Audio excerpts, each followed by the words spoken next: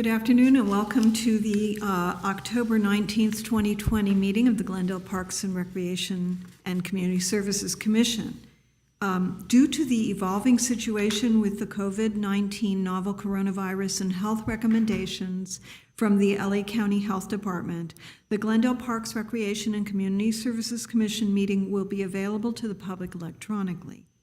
Due to social distancing requirements, the public will not be able to attend the meeting. The public is encouraged to watch and to participate from the safety of their homes to practice social distancing.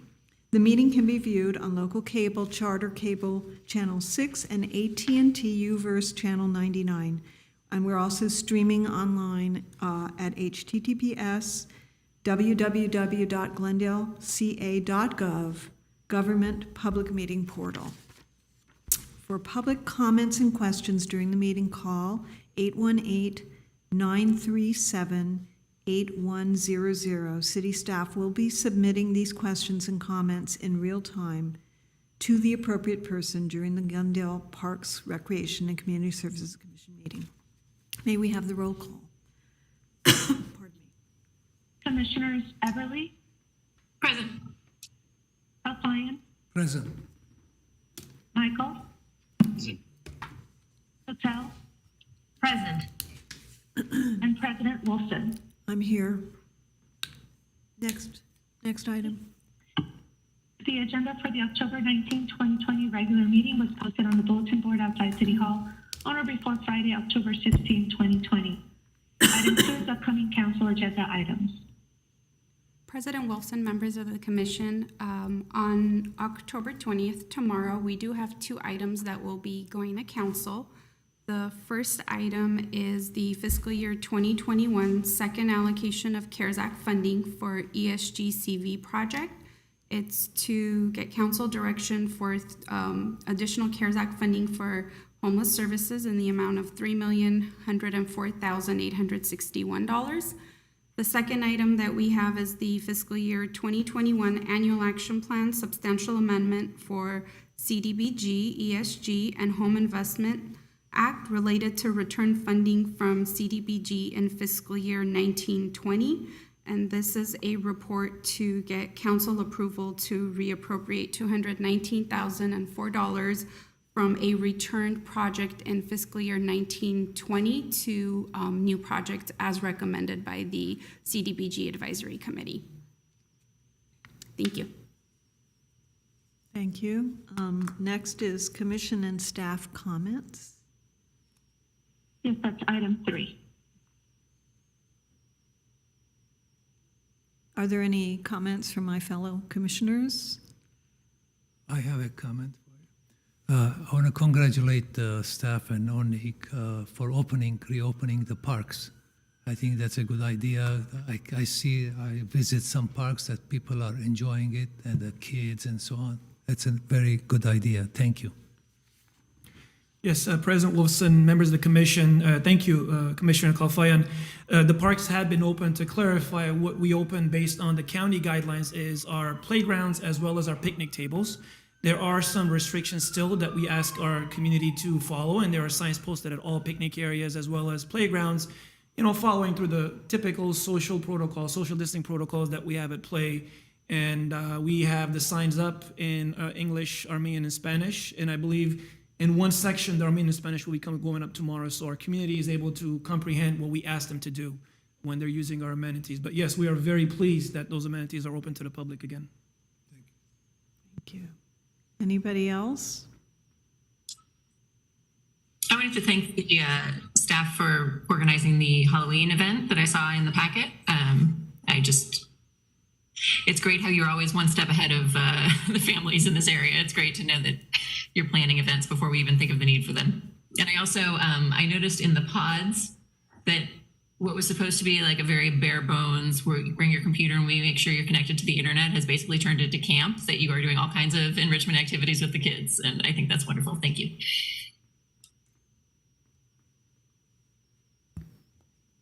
Thank you. Well, I'm going to sound like a broken record, but I think both of my comments have been covered. I was very glad that the park opened again. I was able to tell people in my neighborhood that they could bring their kids over to Nibley and play on the equipment again, and they were very happy about that. And also the Halloween, I'm glad that we're having a drive-through because, you know, it's really important to kids. It's a big holiday to kids, and it's very sad right now for them. So anyhow, thank you. Next item, please. Next is item 4, oral communication. We don't have any callers. Thank you. Item 5, consent items. At A is approval of the minutes of the commission regular meeting held on September 21st, 2020. I have one correction to the minutes, which is that it was about my comment about the cost of removing the mural in Verdugo Park, skate park.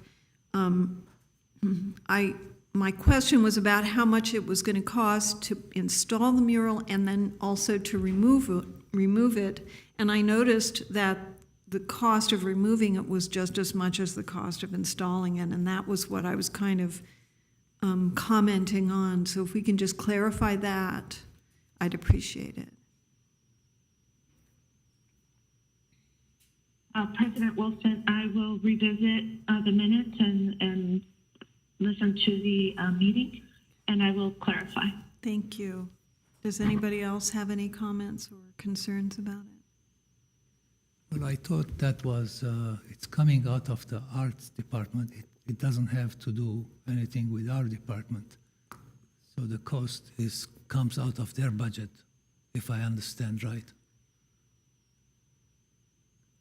President Wilson, Commissioner Kalfayan, the project is a Library Arts and Culture Department project, and the funding does come out of the Arts and Culture. Commission is funding it out of the, I believe it's the Urban Art Fund, but yes, the funding is coming from their department. But we will verify the minutes. Iris will revisit the minutes and make sure that the correction that you mentioned is made. Well, based on the even meeting. it may have been incorrect of me to ask the question, but, you know, given that I did, I'd rather have it correctly memorialized. I don't know if this time is really being used to debate this subject, but if we're going to have a further conversation about it, I want to point out that perhaps the money is coming from a different department, but the concern that I think was well stated was the fact that if the money hasn't been put aside for the removal, then it becomes more of an issue or that the removal isn't being done in a way that's sound for the environment. It becomes a larger issue for this purpose. President President Wilson, Wilson, members of the commission, just to clarify, this is actually not a time for discussion on that item any longer. This is strictly a time to discuss the minutes and if there's any corrections to be made on what has been submitted. Thank you. the item will be coming back per your request. So there will be an opportunity for you to further discuss, but just wanted to address the question that was raised. Does anyone want to move on the minutes? I will move it if we don't have any more corrections. I'll second. Roll call? Okay, I have Commissioner Kasayan as moving and Commissioner Michaels as seconding. And I'll take roll call. Commissioners Eberly, Yes. Kasayan, Yes. Michaels, Yes. Patel, Yes. and President Wilson. Yes. Okay, thank you. Next item? Next item 6, action items. At A is community gardens in Glendale Parks. At 1 is a motion amending the general rules and regulations for community gardens in Glendale Parks, wherein instituting a term limit of 5 years for plot assignments. And at 2 is a resolution repealing existing fees and establishing new fees for community services and parks managed community gardens, and recommending that the City Council incorporate into the comprehensive citywide fee schedule the changes made to the CSP department-wide fee schedule. Yes, good afternoon, President Wolfson, members of the Commission. I am pleased to have Mr. Armin Tagachian, our Park Operations Supervisor, who oversees our operations on the weekends, holidays. He oversees our landscape contractor. He oversees our community gardens, along with other duties assigned. We keep Armin very busy, and we're pleased and very excited to have him on our team. He is one of our key players and keeps us intact. And Armin will be taking on this presentation. Thank you, Mr. Panosian. Good afternoon, President Wolfson and members of the Commission. I would like to start with 3 community gardens that we are managing in Glendale. It's being managed by Parks, Community Services and Parks Department. Okay, let's see.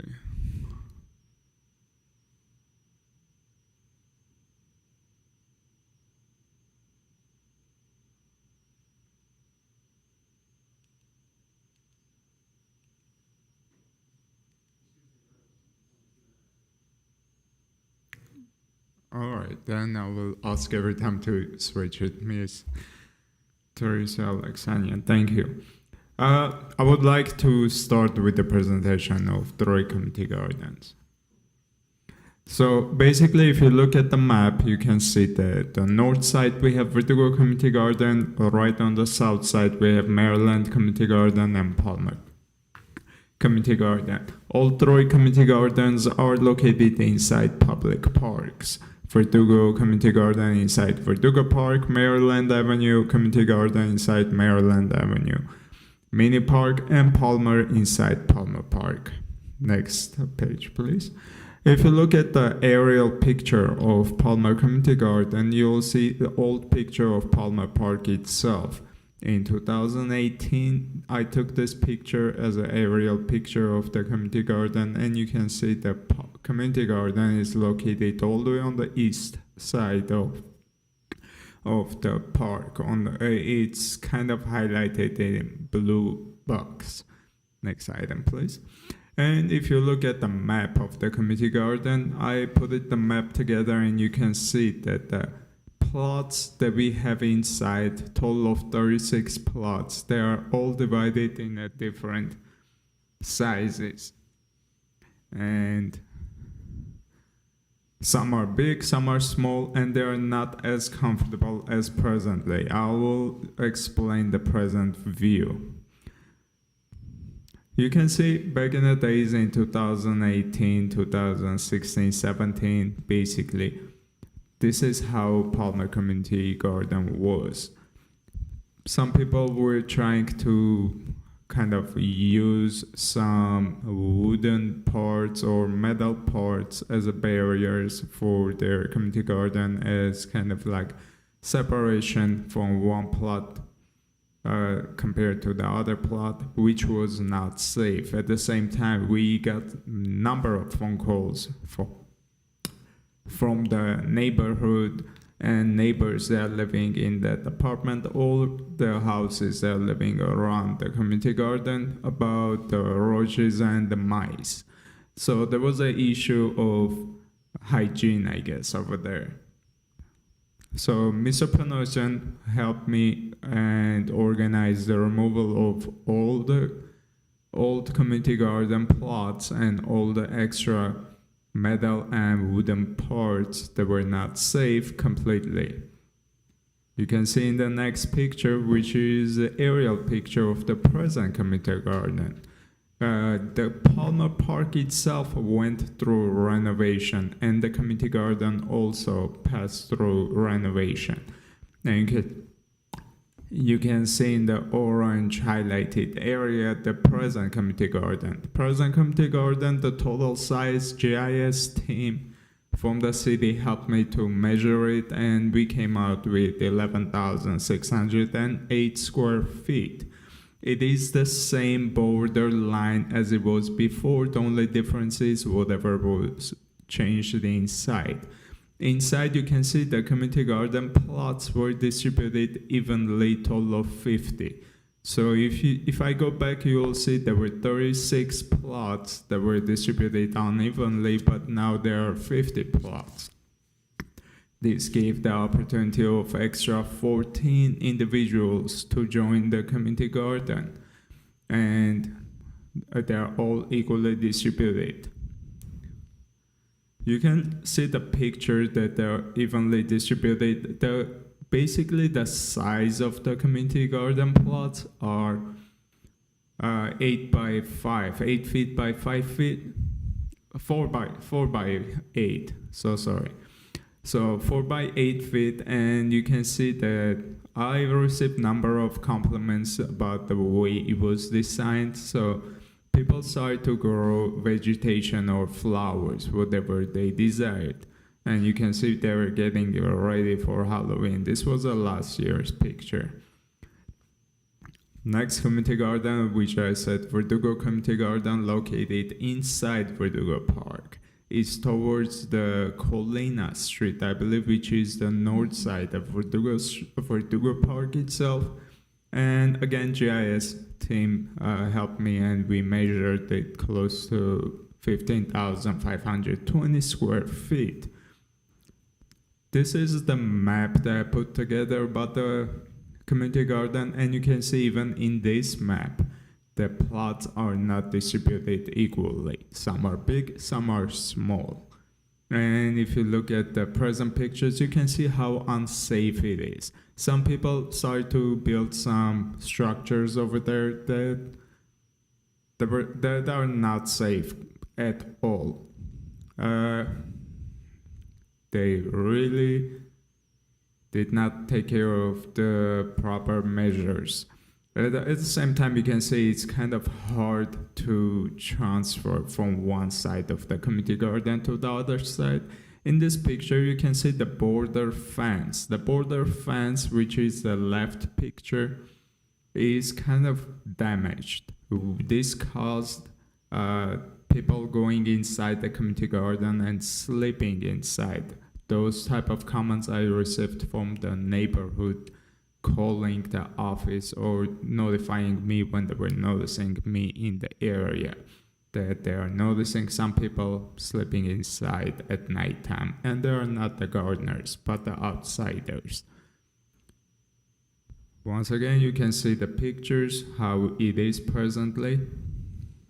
Before I move to this one, new community garden, I will say this one is scheduled for some renovation. I will come back to this one later on towards the end of the presentation. The third and last community garden, the Parks Department, Community Services and Parks Supervisors and Managers, is the Maryland Avenue Community Garden. You can see all the way on the top right corner, I kind of highlighted with the orange border, which is small because it's inside the small Maryland Avenue Community Garden mini park. You can see the size of the community garden is also small, and I don't want to repeat, but again, GIS team helped me to measure, and it is 1,972 square feet. The total number of the plots inside are 12. Those are the plots that you can see in the picture presently. That's how they are. They are not active at this moment, but they are ready to go. So overall summary, 12 plots I have there, 3 feet by 5 feet. Those are for neighbors. Basically, the neighbors that are living around the mini park, 1 8-mile radius of the park. Why that area? Because we don't have too many plots. We have only 12 plots. And when I guess it was, again, GIS team who helped me to identify that there are 342 possible residents living 1 8-mile radius of the park. So we are going to distribute the plots with that lottery system. Upon Commission's direction and adoption of new rules and regulation, we can go ahead and proceed. We will go ahead and send flyers to those residents, and we will determine the best way to hold a community garden meeting. We will place an interest card inside the flyer for those people to go ahead and apply. The most important thing for all those people, it's one plot per family household, basically. In this slide, I kind of put all three community gardens next to each other, and you can see the sizes and the number of plots. The biggest one is Verdugo Community Garden, which is 15,520 square feet. It has presently 32 plots, but those are not active. The only 3 or 4, if not 5 plots were active. The rest, they kind of like abandoned the community garden, and we will get back to those people after the renovation. Palmer Community Garden has 11,608 square feet with 50 plots. Those are the newly built plots with Mr. Panosian's support and help. And the last one is a Maryland Avenue Community Garden inside Maryland Avenue Park, which is 1,900 square feet, total of 12 plots. Again, summary, for the current rules and regulations, we came up with basically annual fee, which is presently I'm charging those individuals is $15 per plot. The key they're purchasing is $5, and they're purchasing it once. As soon as they receive a plot, they just purchase a key. And if they lose the key, they have to purchase a new key. They cannot duplicate the key because on the key itself it says do not duplicate. Those individuals, those gardeners, they can plant within their respective plot area. They cannot transfer or sell the plot. They cannot plant fruit trees or vines. And at the same time, they are not allowed to bring in any pets. They are not allowed to use any pesticide, herbicide, insecticide inside the garden. All the funds that I collect, usually I use for purchase of small tools or hoses that they're using inside the community garden. Presently, there is no term limit, so the gardeners, they maintain the plot until unable to physically maintain it or violate the rules and regulations or move out of the area, which happened a lot. Children under 18, they must be supervised by those plot owners. In this picture, you can see the regular gardening tools. Those are the tools that I'm purchasing for the garden use with the annual fee collection. You can notice that I'm hanging them outside of the shed. We have a top shed over there, and we use the top shed for storing the extra tools and hoses till the need comes. So basically what I did, I took the neighboring community gardens rules and regulations and tried to compare it with ours. The closest one to our Glendale community gardens are the Monterey Road Eco Gardens. They have 3 community gardens, one the east, one is the west Monterey, and the third one is Geneva. 24 plots, 18 plots, and 13 plots total. The second community garden that I compared was Altadena Community Garden. Altadena Community Garden has total of 64 plots. And the last community gardens that I was trying to compare, I came up with Los Angeles Community Garden Council's regulations, which I noticed that they are basically helping 42 community gardens located inside LA County with their business side of gardening. So they don't have one specific one, but whoever is trying to start a community garden, they can ask for support from LA Community Garden Council. In this slide, I kind of compared all of them next to each other, and you can see the rules, term, annual fee, deposit, cleanup, key issuance, and the fees. If we start from Glendale, we can see that Glendale, we don't have any term as long as property is maintained, basically. Annual fee, basically their annual fee is only $15. The deposit fee, we don't have any deposit fee. And the key issuance is, again, $5, as I said. I'm not able to refund any money because we don't have that one set for refund. And then comes Echo Community Garden. Remember there were 3 Monterey Community Gardens. Echo Community Garden has 3 community gardens: Monterey Road Community Garden, Geneva Community Garden, and Monterey is split into east and west. Their annual fee is $80, and Geneva one is slightly higher, $90. They don't have any term for maintaining the plot, just like Glendale Community Services and Parks Community Gardens. They don't have any deposit or cleanup fee, and the way to enter or exit the community garden, they use a combo lock. They also don't have any refundable money set up. LA Community, the third one, which is LA Community Garden Council, their term is 12 months with the option of renewing 1 year.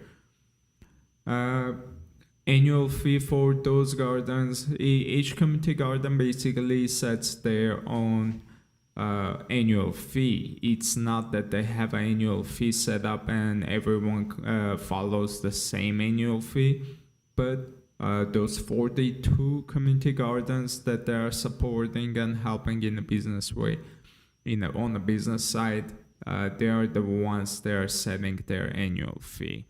Deposit cleanup, they don't have any. Key issuance, they also don't have any information, and they don't have also any refund. The third one is Altadena, which is the last one, and it doesn't have any term limit either. They have annual fee, $30 annual fee, or for the end weed for the Detroit general maintenance fee. So if you add them together, it'll be like $73. So deposit fee, they have a cleanup fee set for $75, which is refundable. They only refund if the person, whoever leaves the community garden, cleans after themselves.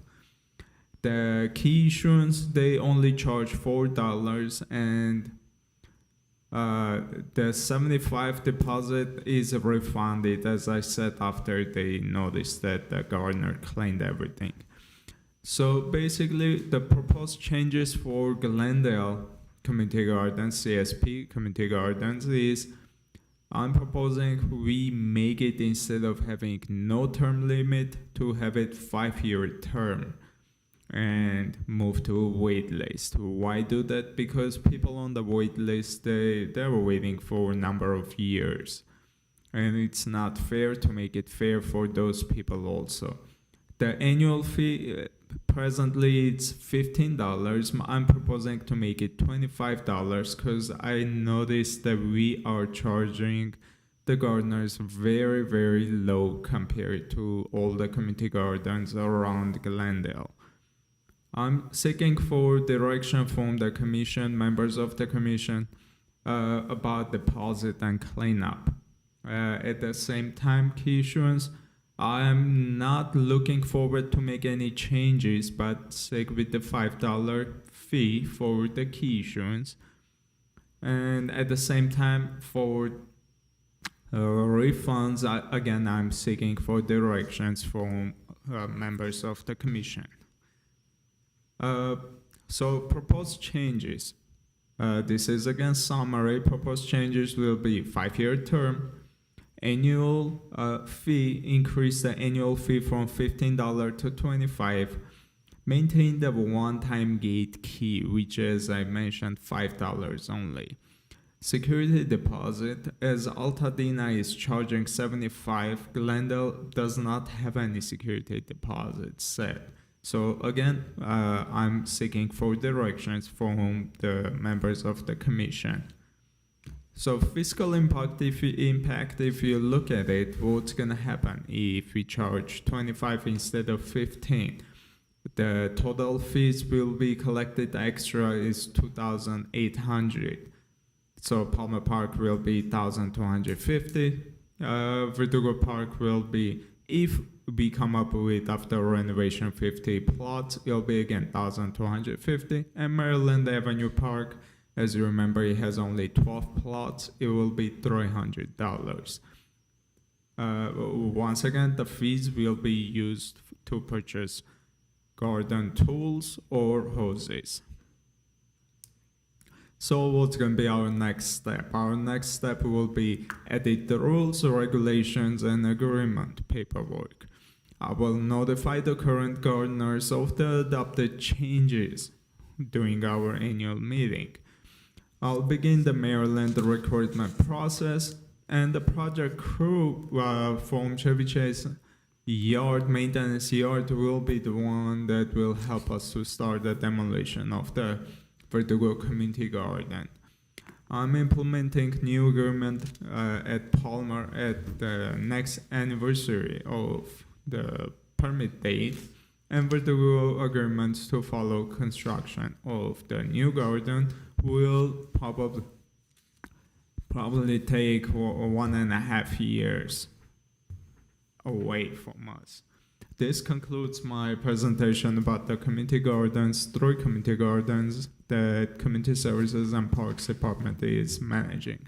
Any questions? If I may just clarify one item in the presentation, Mr. Tagakshan said additional $1,250 for those sites if this is approved, jumping from $15 to $25. To clarify, that will be the total number, which will be $1,250. And the report suggests that. I don't want the community to misunderstand. We're not in it to get additional revenue. As a fact, it will increase because at 50 plots, if you go from 15 to 25, that's an additional $500 for Palmer Park. If we do get to 50 plots at Verdugo, which we don't have yet determined, that will be additional $500. Maryland will be $300 based on what it was. So it's not additional $1,250, but the total collected for those facilities will be such that. And thank you, Mr. Tagakshan, for your presentation. Thank you, Mr. Panosyan, for clarifying. I appreciate it, and you're correct. I made a slight minor mistake. Sorry. I have some questions regarding the wait list. Okay, who is that? I'm sorry, is that Commissioner Potel? Potel. Okay. Yes, So, Commissioner Patel. thank you for your presentation. I think it's wonderful that Glendale has these gardens available to the public, especially since we have a fair amount of folks who don't have yards in the city, and certainly with the continued development of condominiums and apartments, that's going to increase. I'm curious to learn more about the wait lists themselves. Is each location, do they all have their own individual wait lists? Is that correct? I'm the one, Commissioner Patel. I'm basically the individual who is collecting all the information.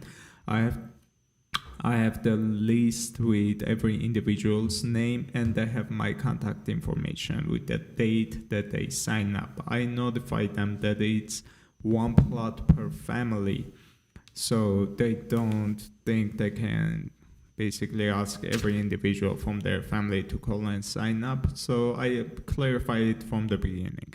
but I have every individual's information, which contains their phone number, address, and the best way to contact them. Some of them are emails. They prefer to be contacted through email, and some of them they prefer to get a phone call.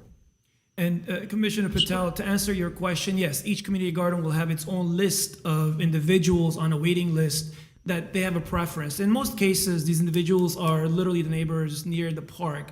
And as far as their accessibility and being able to go, most of them do walk to the park to access the community garden in their plots. So a simple answer to your question, yes, each community garden will have its own waiting list. Now, once we develop these general rules and guidelines adopted by the commission, if we end up filling the plots and there are gaps within the plots at that specific facility with nobody on a waiting list, we can open it up and offer it to individuals from other waiting lists, see if they're interested to make that trip. Some of those, as we move forward, will have a better, understanding and clarification as we get there. But yes, each community gardens will have its own specific waiting list that Mr. Tagakjian informs them of, the rules, the guidelines, how they need to be contacted, and manages that list. And if there is any available plots become available, he reaches to the first person on the waiting list, and then we move forward from that point. How long have the waiting lists been thus far? Like, how much of a demand are you seeing for these gardens? And do you think that the interest will heighten once the renovations? Well, I guess some of the renovations are done. So I want to hear more thoughts on that as far as the demand. Commissioner Patel, there actually is a very long list for Palmer Park. We've had individuals on that list over a decade that have not had an opportunity. And then when Mr. Tagakjian has contacted them, it's been at a situation when they are physically unable to maintain it, so they pass up that opportunity, or they are no longer at that address. Hence the reason why when Mr. Tagakjian mentioned we want to keep it fair for individuals who want a plot, by not having a term limit, it really don't provide the opportunity for individuals that have been waiting on that waiting list. And given, it has to be certain aspects of what happens to those individuals, physically unable, they move out, they're no longer interested. It is more of a rarity than not. So individuals tend to wait for years and not have an opportunity. Hence, we're proposing a term limit, which gives us the opportunity after the first 5 years, individuals that currently have a plot will pull back. Individuals on a waiting list will get an opportunity to take a plot. So let's take Palmer Park, for example. It has 50 plots. At the end of 5-year term, if we have less than 50 names on the waiting list for Palmer Park, those individuals automatically get assigned a plot. If we have more than 50 names, then we would do some sort of a drawing, because we're going back and recreating the waiting list to allow people to get back into 1, 2, or 3. If it does have less than 50 people, we'll assign to everybody that is on a waiting list. And let's say there's 10 more plots that are available. We're going to open it up to the current gardeners. They say, hey, you have 10 more plots here. If you're still interested in a plot, now we put their names in a lottery and we select 10 more from that current list that can fill in those vacant plots, making it a total of 50, and the rest of them will go on the waiting list. It may not be a perfect system, but this is what we came up with the best thing we came up with after discussing it with other community gardens. And it is something we propose to give it a shot for the next few years to see how it really plays itself out.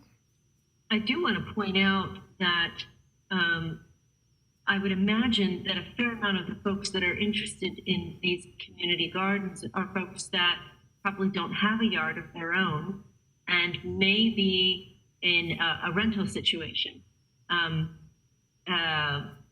suppose there are condos that are owned, but I would imagine quite a few folks may not have long-term housing here.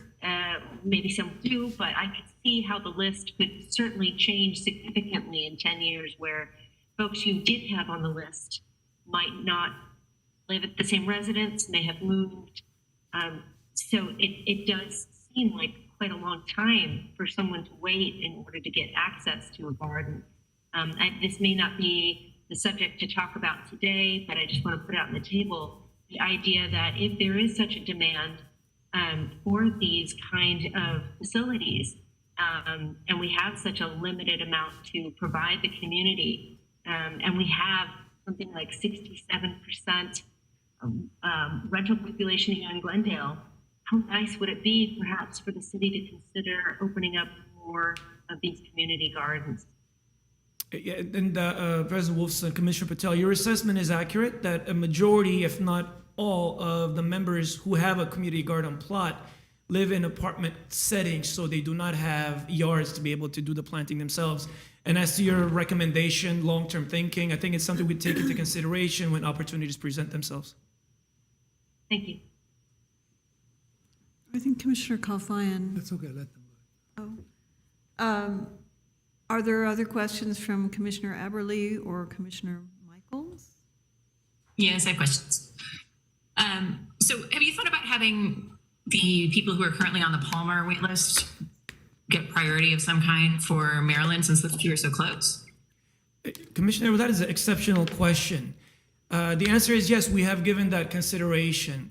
But as the Maryland Avenue Park design was being through the community outreach process, the community that attended a number of those outreach meetings indicated that the preference has always been to make sure that those community garden plots are dedicated to the neighbors around Maryland Mini Park and not invite individuals from, let's say half the distance from the city away. So based on the community's recommendation is what we came up with. First decided looking at a quarter-mile radius. And then quarter-mile radius was over 1,200 residences. So we said, let's do an 8-mile radius, which we ended up with approximately 350 or so possible residences that have the opportunity to put their names in the lottery process.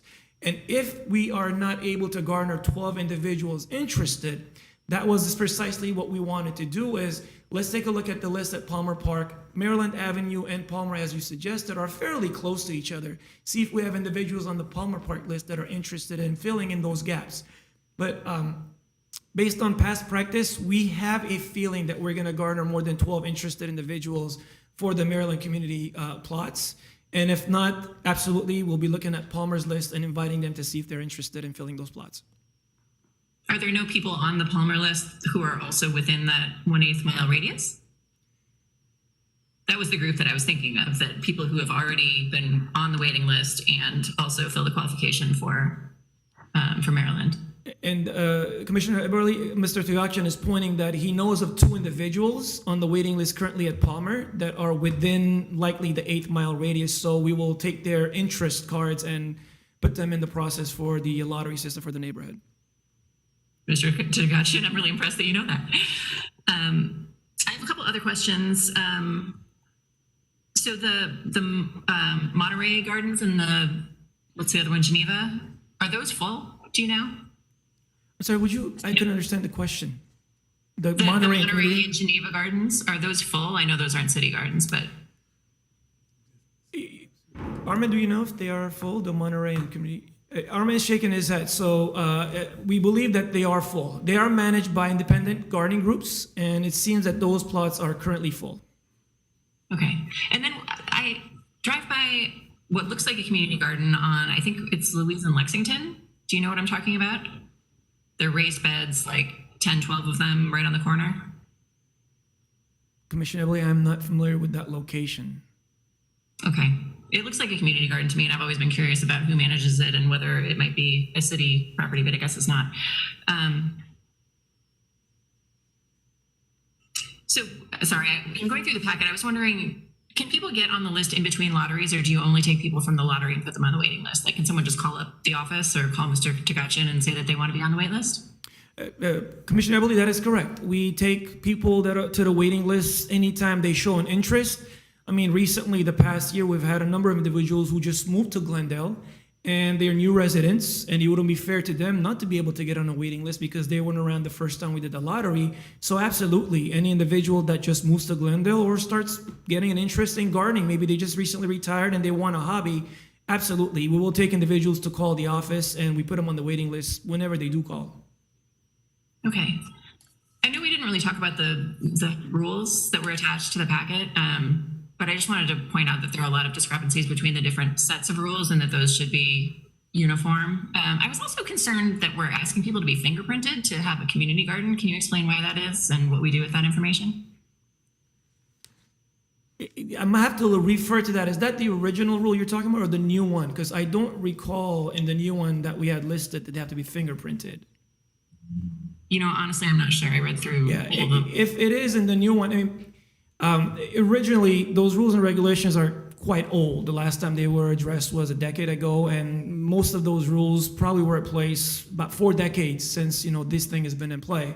And in the past, again, if you look at the current rules and regulations, even the past ones that we're proposing some changes, some of those rules we're keeping intact, such as smoking, drinking, and certain activities that don't belong.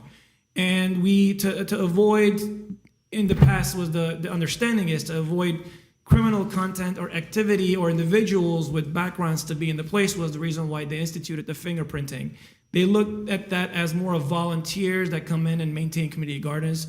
That has slightly changed. At this current policy, I do not recall plugging in the need for fingerprinting. And if the commission so desires, it is something we can take up and discuss with the city attorney's office. But at this time, I don't believe we're requiring for the community garden plot holders, I should say, to be fingerprinted. Can I jump in and just comment on that? I know a little bit about this because I volunteered at the Doctor's House Museum, which is located in Brand Park. And I was required to be, it's live scan is the process. And that's because it's on park property. And I think it's out of an abundance of caution in case there might be children or other vulnerable populations on the premises, and just to make sure that we had, coverage of that. Now, I don't know if that's still the case because I haven't been docenting there lately, but it was just a few years ago. Yes, Commissioner Wolfson and Commissioner Eberly, that is a very valid point you raised.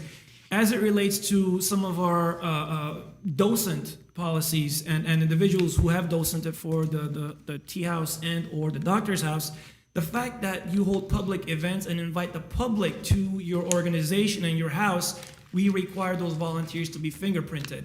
If you look at the rules and regulations of community garden, only community gardeners are allowed to attend. And if the current and the past rules, if you have to bring a family member along with you, they always must be supervised. So the fact that one requires, it is open to the public for general events and children may be there with a potential volunteer, there is a slight distinction between the two, hence the reason why we did not feel that fingerprinting gardeners this time around would be a necessity. And again, if the commission feels otherwise, we can always look at that as one of the rules going forth. I don't think we should be fingerprinting people to be gardeners. I think that if people have criminal records, as long as they're not, I think what you're talking about are sex offenders, probably, President Wolfson, and I think that's different from just a general fingerprinting. Yes. Well, I think it was live scan, and it wasn't specific to any particular background. Correct. It's generally live scan fingerprinting that gives a general background of criminal activity in individuals' past. And again, the fact that the community gardens are not open to the kids playing in a playground, for example, and every gardener that goes in must, secure the facility once they are in and must secure it after they get out. We have not felt that it rises to the same necessity as docents working in one of our houses where it is open to the community, where the children can come in. So we feel, as you do, Commissioner Eberly, that it's not necessary at this point. Thank you. Commissioner Eberly, just to clarify, I know you said that the policies had discrepancies. I'm wondering, are you comparing Exhibit 1 to Exhibit 2? Because one is the current rules and regs as it's being proposed. The other one is the old rules and regs. So they're not supposed to match. They are two different rules. We just wanted to present what the existing rules and regs were, which is titled Palmer Community Garden. But the actual revised rules as presented is Exhibit 1. So just wanted to clarify that. I think I probably was confusing those. So would the new rules and regs apply to all 3 community gardens? Is that the idea? Yes. Yes, that is the plan. Okay. Well, then great. That's not a problem. I have a few more questions. I just wanted to give other people a chance to put in some thoughts. Commissioner Michaels, if you want to go, I can wait. But I do have some other very pressing questions I do Okay. want to ask. Can I just suggest that we give each commissioner a chance in who has questions? I don't know if Commissioner Michaels, do you have any questions? I would like to ask questions and make a few comments, Okay. and I might be able to enlighten the commissioners and staff. And I know that I Commissioner do- Kalfayan has something as well, so. Wait, Go I ahead. am a board member of Glendale Clean and Beautiful, which oversees the Monterey and Geneva Eco Gardens. So the information that staff has is not currently accurate. The fees were increased at the start of the year, and the Monterey Gardens have been increased to $100 annually. The Geneva is $120. There is a $20 security and or cleanup fee that is fully refundable, but that cleanup fee is charged if the gardeners leave their plot and abandon it and don't clean it up for the next gardener.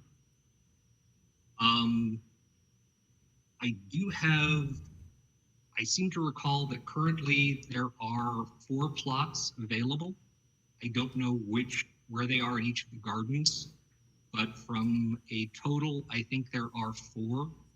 The gardens did see a drop in participation this year, potentially from COVID or other reasons, but this has been an unusual year for most everything. As to my questions, the Eco Gardens have their own board, and that board does the administration. Is the administration for all of the gardens done by staff, or is there an organization of volunteers of the gardeners? Commissioner Michaels, to answer the question first, it is managed by staff. That we do not currently have a board of directors that oversee the gardens. So these rules and regulations that we implement and apply across the board for all of our gardens is managed by staff. Staff handles the collection and the deposits within the city, and then obviously paying and purchasing the tools and the equipment necessary for us to manage. And to your point about the information, Mr. Bulingan did highlight that change early on before we start the meeting. We didn't want to say it because the way it's drafted, this report and the process started about 1.5 years ago. So what we have is information from probably about 18 months, and it's something we should have and could have looked at contacting the current organizations to see if they have any updates. But our information is about 18 months old. And as far as the community gardens, we also had the community gardens closed for the past, since March and April when closed things down. So activity since then had reduced, but we've recently been able to open things back up. So all your points are valid. As far as the fees go, it reinforces more the need for us to increase our fees, again, compared to what we have in the community. The other community gardens, we are far behind. I recently looked at the city of Torrance, and theirs is a 2-year lease, $190. So a lot of other organizations and agencies do have fees that are much greater than what we have in play right now. I did speak with the director prior to the meeting once the staff report was released, gave him the updated information. I will go ahead and provide staff contact information for the board of the gardens so that they can stay in contact. Appreciate it. Thank you.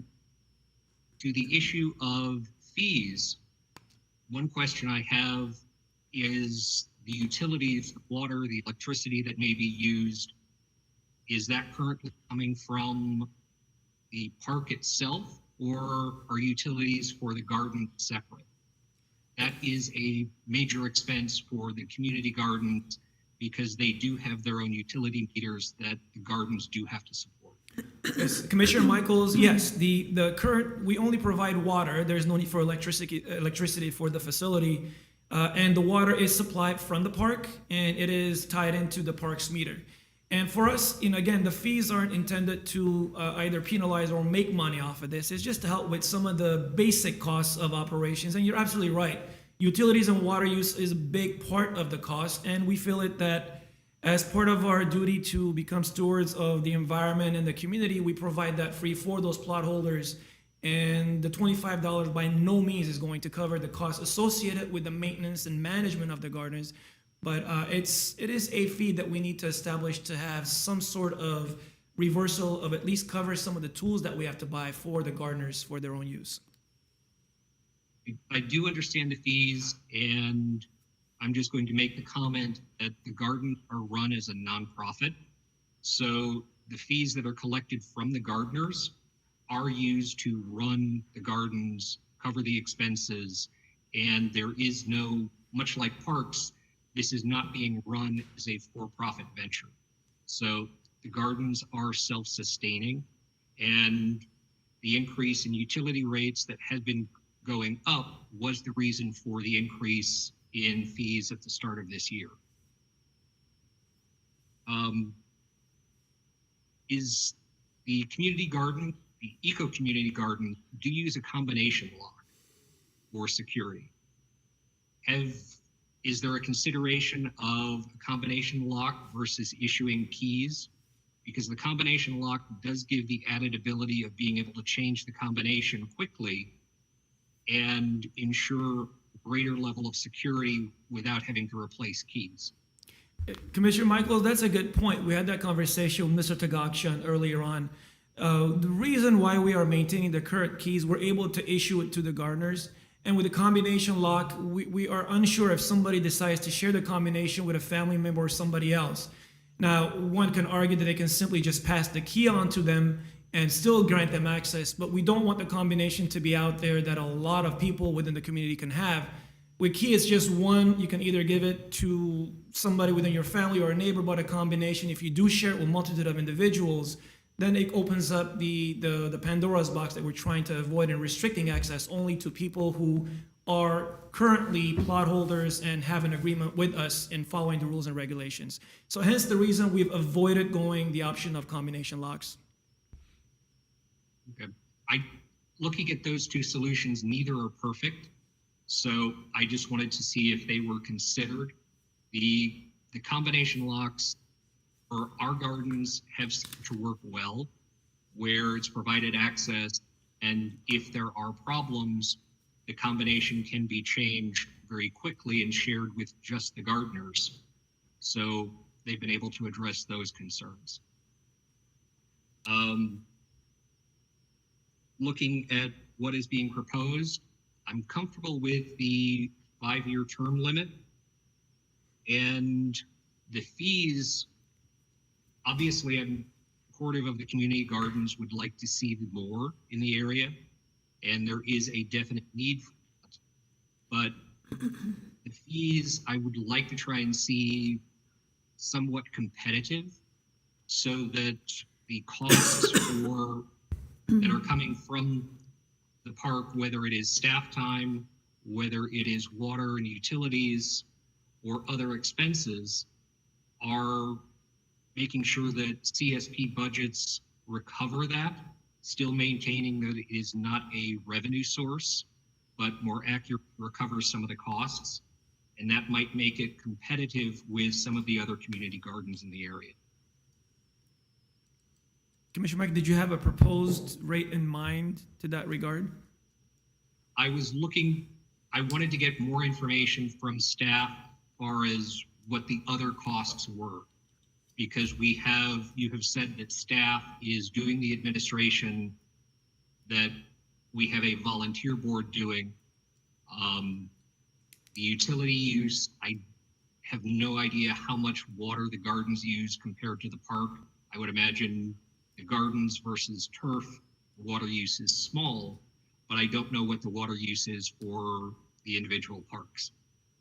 So I'd be looking for some type of information or direction from staff as to how to incorporate those costs into the annual fee for the community gardens. Commissioner Michaels, one thing we can do is start capturing more of the staff time that is being utilized for the community gardens and have a somewhat of a tracking system to identify what the costs would be in the operations. Utilities might be a bit more challenging because it doesn't have its own meter. The fact that it's fed from the main parks meter that addresses the irrigation needs, the drinking fountain needs, the restroom needs, it might be a bit more challenging, but we'll figure out a way to estimate what the use would be for the gardens. And in the upcoming years, once this is established and we have a system in place and we're observing how our current rules and regulations are impacting positively or negatively, just like we did with the integrated pest management program, we can always come back to commission in the next couple of years, say, commissioners, as you requested, we've tracked it, and here's what we found, and here's what we propose based on our findings and, studying things in play for the, let's say a year or 2 years, and gives us a better chance to be able to address the questions, have the numbers, and recommend to commission to take appropriate action at that time. I appreciate the process, and I'm just trying to include things to be considered going forward. Thank you, sir. Okay, to me, it doesn't look like we have a budget issue in here. We are here to serve this community, and I don't see why we have to compete with Monterey or other cities that are so high. If we are able to manage it this way and we serve our community, it looks like we need those people that we're serving them. They can afford it, make it affordable to them. Let's keep it that way. And the 5 years, how did we come up with the 5 years? Is it something set up from the city, Commissioner Kalfayan, to the question about how we came up with 5 years, we felt that our current plot holders might not be very pleased. We tell them we're going to give you a 1 year or 2 year contract. They've had these plots for more than a decade in most cases. So to come back and say, you got 2 more years, we're going to, put you out of place and put somebody else in. We felt that 5 years gives them a long enough time to plan for what may be after the 5 year term. Now, if again, commission, these are our recommendations. If commission feels as though 5 years is too long, we can consider doing a 2 year, 3 year. We're open to suggestions. And as a matter of fact, Mr. Tagachi and I contemplated going 2 years and then 1 year terms all the way up to 5 before we consider, taking that group out and bringing a new group in. With my recommendation to Mr. Tagachi, let's just go a full 5 years to avoid the administrative nightmare of having to renew agreements every year. Now, as you also note, annually at the anniversary of the agreement, Mr. Tagachian sets a community meeting. The most challenging thing is going to be how we're going to get this community together. That's going to be the most challenging thing going forward, given the COVID years. But in a normal setting, not a 2020 setting, we hold a community meeting.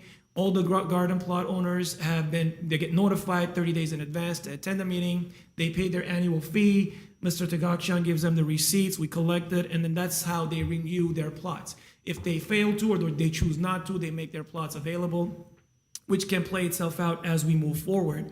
But that's the way we came up with the 5 year plan. It's, again, not everything we're presenting is the perfect choice at hand. There could be a number of other solutions. But based on our experience, we felt this was the most prudent moving forward at this time. Can we adapt the option of renewal in between those years, annually or every 2 years? And if something doesn't look good and they're not taking care of it, they have no interest anymore, can we move them out? Yes, Commissioner Kalfayan, thank you for asking the question. The current rules, as in the past rules, indicate that there is a certain standard we're asking our gardeners to maintain at the community garden. And if they fail to do so, Mr. Tagachian's visits in, call it an inspection, but it's not quite visiting, making sure everything is working out okay.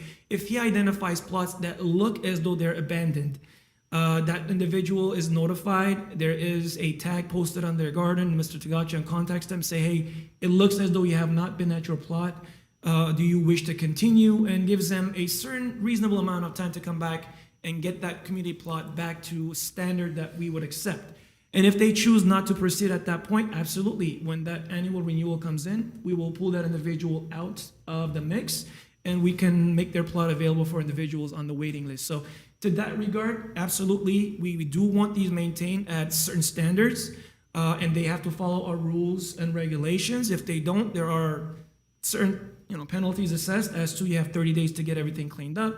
and or for some violations that are listed under immediate termination, if those violations do occur, we would like the opportunity or the authority to be able to terminate them because those are severe violations. So yes, we've given that quite a bit of thought, Mr. Kalfayan. And one more question, if I may.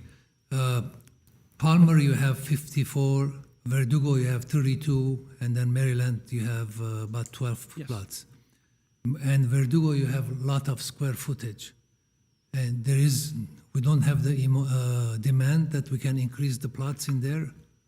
Commissioner Kalfayan, our goal is, as Mr. Gachin highlighted, Verdugo Community Garden, within the next couple of months, we want to, as our crews that we normally do our projects, similar to what we did over at Palmer Park, we want to go in and clean up what you saw in the pictures. A lot of those structures are not permitted structures, they're illegal, and there is safety hazards. So we have issues at that community garden that we want to clean up and make it safe for the public. So we will be going and doing the cleanup and providing just clean flat land right now, that the new Verdugo master planning process will rebuild a community garden at that plot. Our goal is to increase the plots from 32 to up to 40 and 50. I do not have a number as of yet because we're still in the planning design process. But the goal would be to try and increase that up to 50, given the land that we have within the community garden, what we're able to dedicate to the future community garden. And you saw the different sizes. If we do reshape everything and design it as we did Palmer Park, I believe we're able to get more community garden plots out of it, and absolutely is the goal. There is the demand in that area.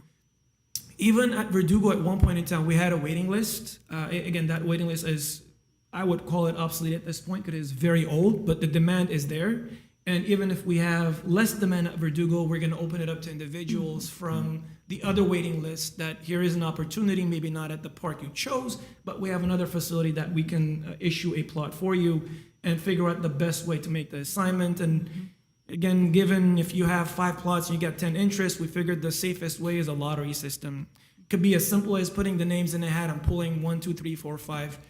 Again, not a perfect solution, but fairest way of assigning the plots. Your turn. Thank you. The great part about waiting till the end is so many of the questions get asked and answered while I'm waiting. But I wanted to say that was one of my questions is, we need to increase, I think, the number of plots at Verdugo, but I know it's going to be renovated because I remember our discussion of Verdugo Park a few years back. And I'm eager to see that happen.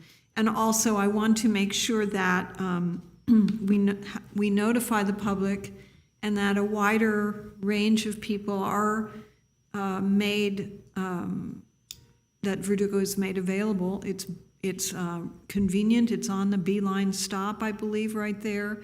So even if people don't have transportation, they can easily get there from other parts of the city and use those plots, and rather than having them sit abandoned by people who, lost interest or lost the ability physically maybe to keep up with it. And then we are increasing the fees quite a bit. It's like a 2/3. If you look at it from 15 to 25, that's like a 67% increase over what they're paying now. And I guess my question about that is, you have contact with the gardeners who actually use the plots. Do you feel that they'll be able to afford it at the higher price? Maybe sometimes I think people value things more when it costs a little bit of money, but, I also want to make sure that we're not shutting people out. Thank you, President Wolfson. I will answer that question. Based on my conversation with all the gardeners over there, basically, they all have my cell phone number. They all call me. We all talk, and we communicate when I'm there myself, and I do run into them.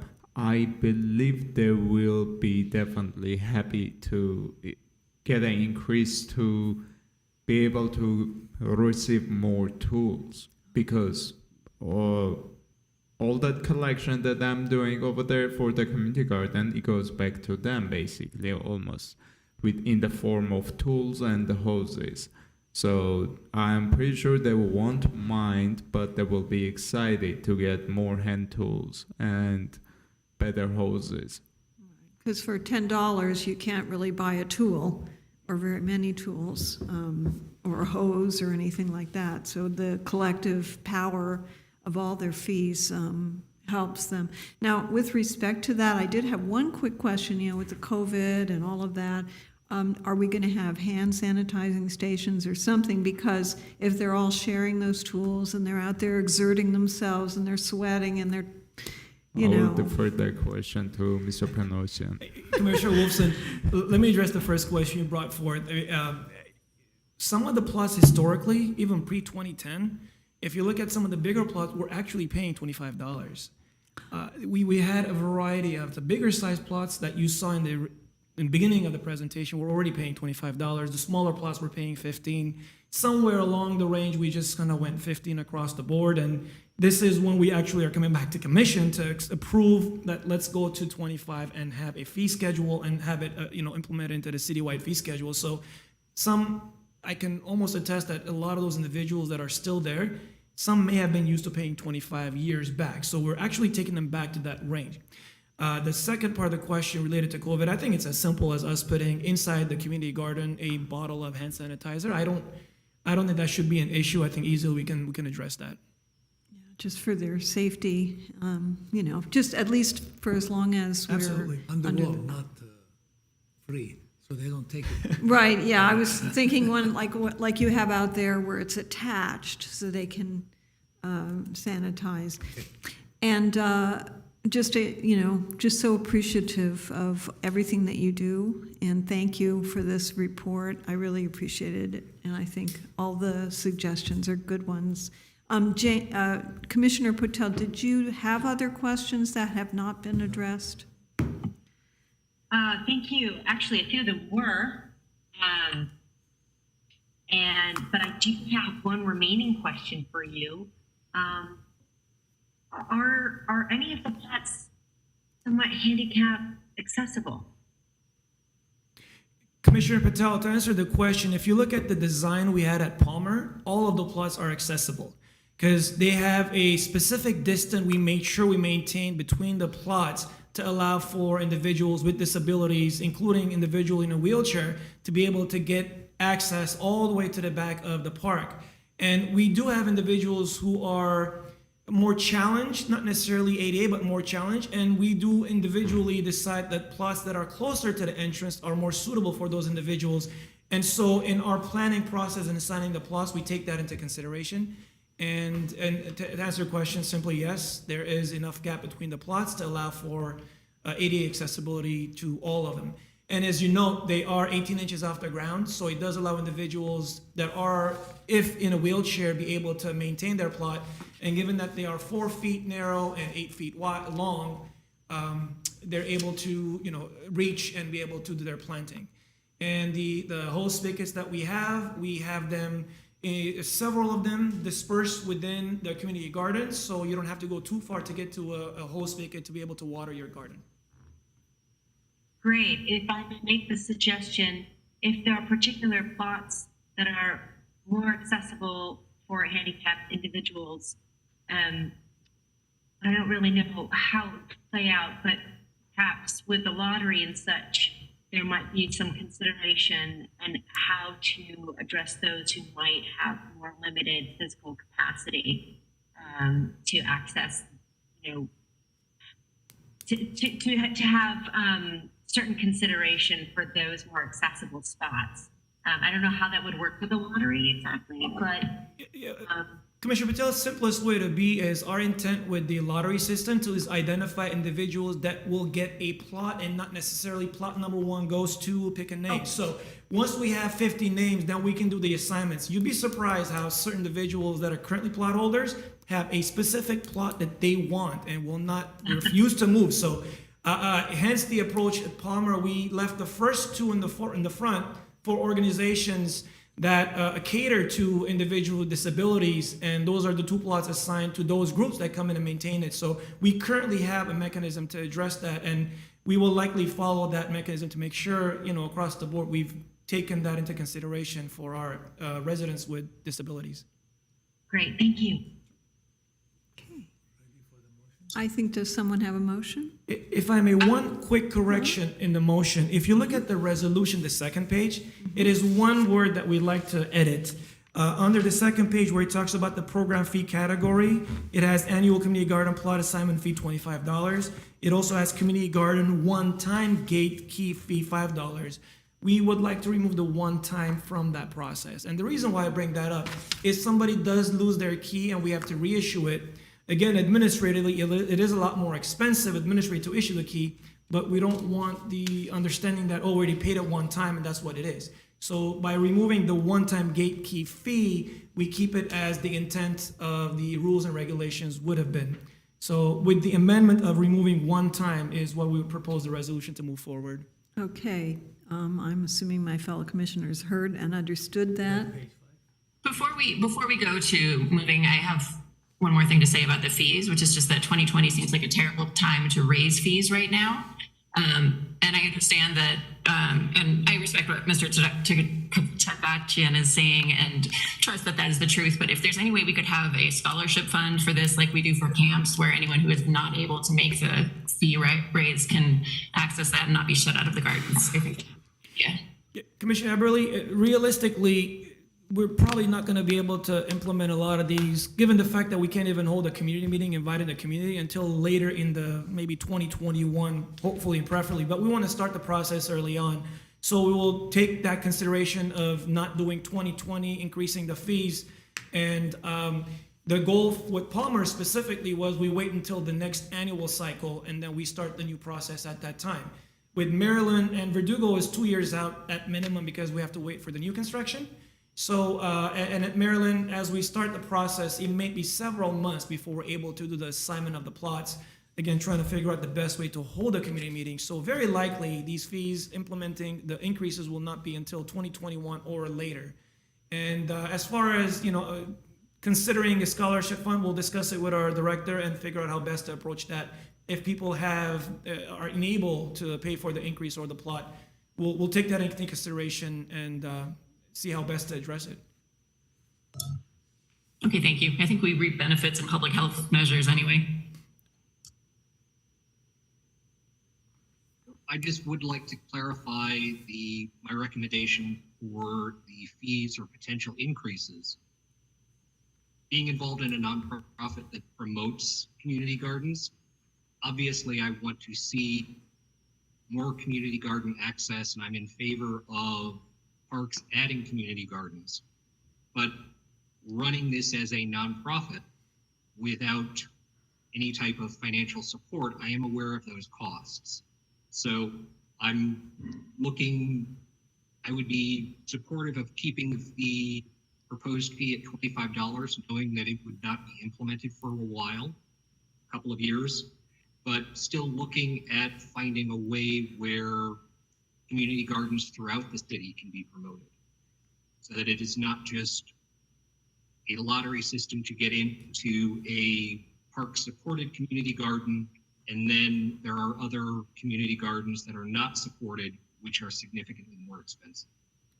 We'll definitely be taking that into consideration, Commissioner Michaels, and as we suggested earlier, within the next couple of years, we'll come back to commission with assessing what the staff cost, utility usage cost would be, and see at that point whether the commission has wishes to take on additional fees or increase the fee. So we'll come back to commission after we implement it and see how it's playing out, get an idea who's able to pay, who's not able to pay, and come back with that to commission in a couple of years and be able to address it at that time. I appreciate that. So is there a motion? Michaels. Who's moving here? Anybody? I believe I'm being nudged to move the item. So Right. I will move 5-year term and the fees of $25 and $5 the key.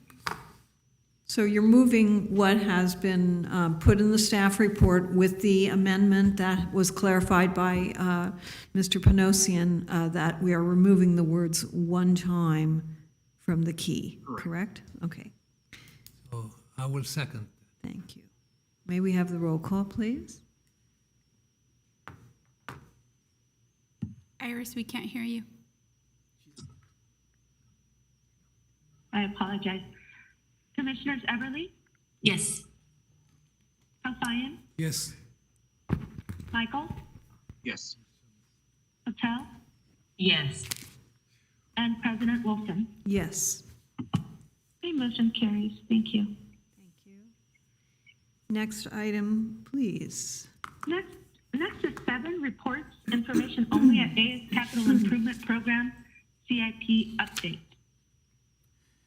President Wolfson, members of the commission, this is going to sound like the Coco show, but you have me again for the capital projects improvement. And there are a number of projects we'd like to highlight for you. These are the projects that are currently in one phase or another of implementation. And we do have a number of projects. I will try to go through them as quickly as possible. By all means, if you have any questions, do let me know and I will stop and address them, or we can wait till the end and address all your questions at the same time. We have a couple of projects that, since our last visit to commission, have been completed. The first one was at the sports complex. This was the renovation of the concession building and the sports office. We replaced the HVAC system, which is the heating, ventilation, air conditioning. We made some accessibility upgrades to the restrooms and the concession area. We repaired the existing wood trellis. We could provide a shade. We improved the office areas. We did flooring. We did interior, exterior the paint. The project budget was $490,000, including design, project management, and the construction costs with part-time construction. And that construction completed in December of 2019. Here is a look at the entrance to the office, and that's on the right. The entrance to the office and the community room. And then the picture on the left is the trellis with the new shade. At Upper Shoal Canyon Ball Fields, you recall this conversation a number of times, the concession and restroom building renovation was completed in June 2020. The project was to construct a new concession building and restroom with a storage space and accessibility upgrades. We had moved the location of the restroom from its current location, the old one I should say, where it was next to the maintenance yard in the far west corner of the park, to a more centralized location between the two fields. The project was paid for through enterprise funds at $650,000. This was the location proposed for the project. And here is a completed picture of the restroom structure. And what you see on the left is the entrance to the restrooms. The one in the back is where the concession stand is between the two Little League fields. We currently have a number of projects in construction phase. One of them is the Lower Shoal Restroom and Picnic Area Rehabilitation.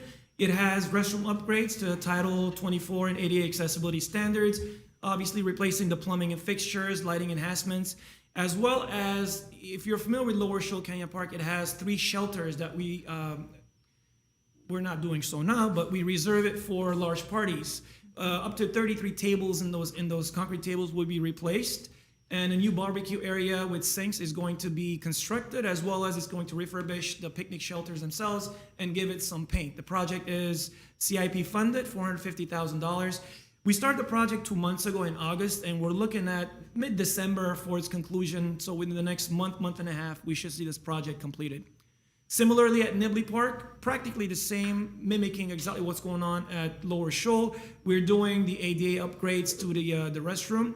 We are changing the plumbing and the fixtures. We're doing electrical upgrades and roof repairs. This project, because it doesn't have the shelter and the picnic tables, you'd be surprised those picnic tables cost quite a bit of money, up to $1,500 each, if not more. So minus the picnic tables and the shelter, we're looking at this project for $350,000. And then the construction again began in August. They're running concurrent, these two projects, and we look at completing both projects concurrently in mid-December.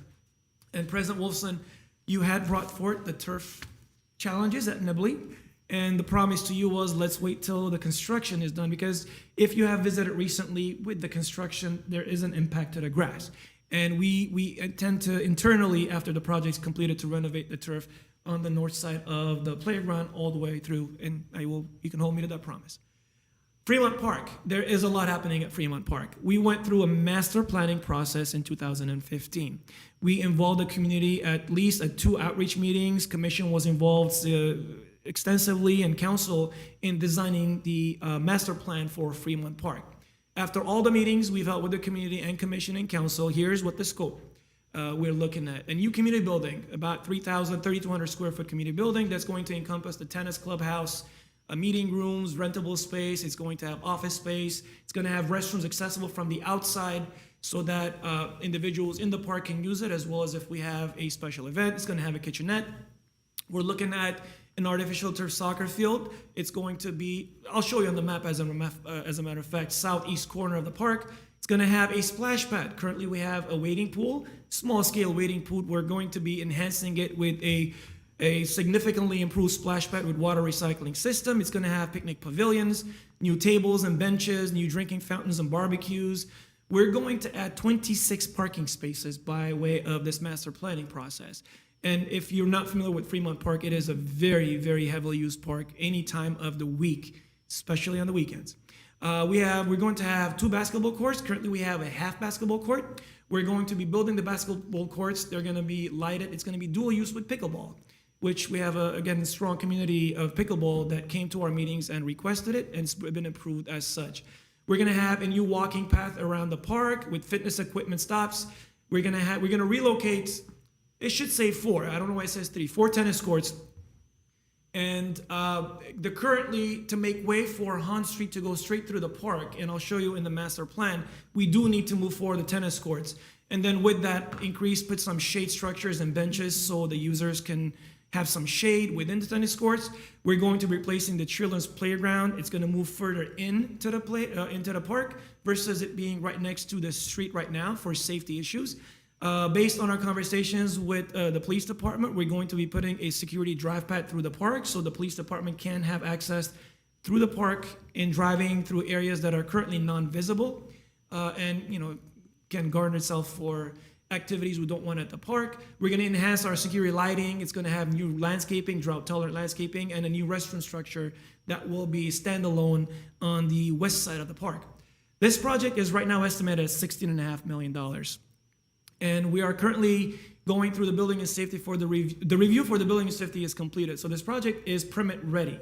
We're working with our friends in Public Works Department to get a construction management firm on board who will help us with the construction management of the project, as well as looking for opportunities to use additional DIF funds. Currently, we have about $10.2 million funded for this project. We have a gap, and we're looking for opportunities how best to fill the gap. And then the construction is scheduled to begin in December of 2021. In the report, I'd like to note that in the written report, it says 2020. It should be 2021. Here is what Fremont Park master planning looks like. It's going to be hard to show, but looking at the very north of the picture, where you see Han Drive, I can't get the mouse over here to show you. Han Drive is going to be driving straight through On Avenue? the north entry. So yes, there you go. Currently, the tennis courts are a little further shifted out, so it doesn't allow for that. So you have the tennis court, small parking area, and a small walking path behind the existing tennis courts.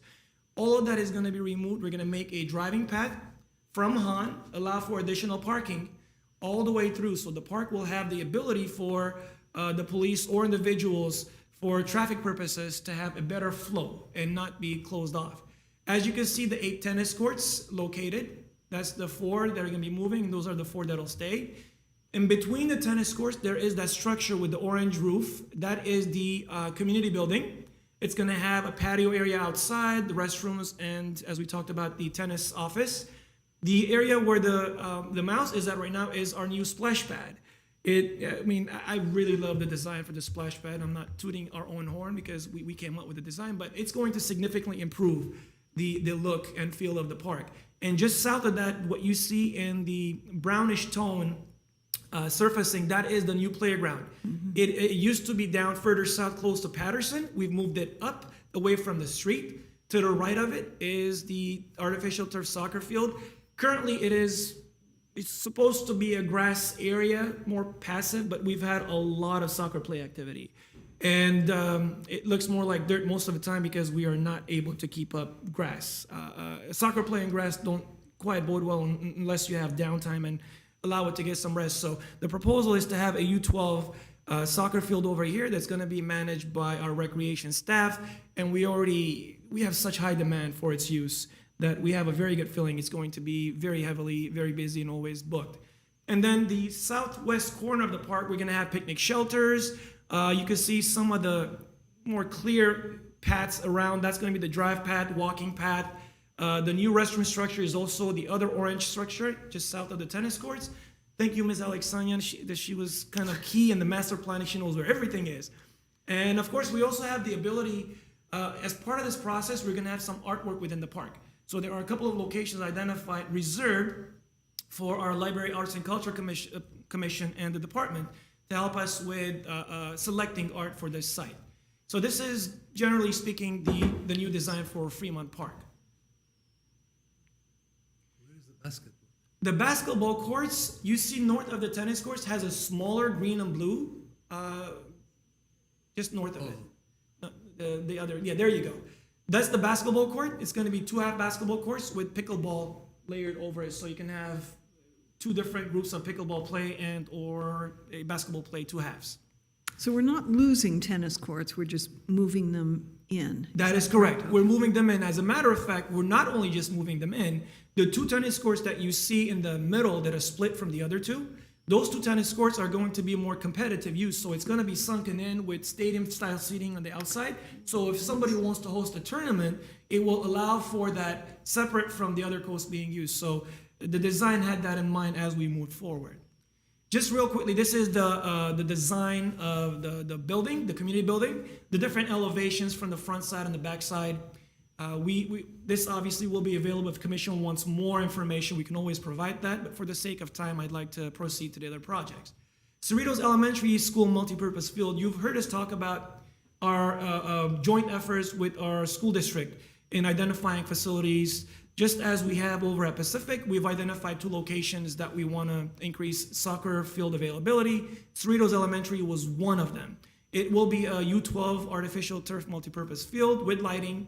And U12 is essentially, for the public who may not know, is under 12 years old. So 12 years and under is what this will be ideally for. It's for our youth.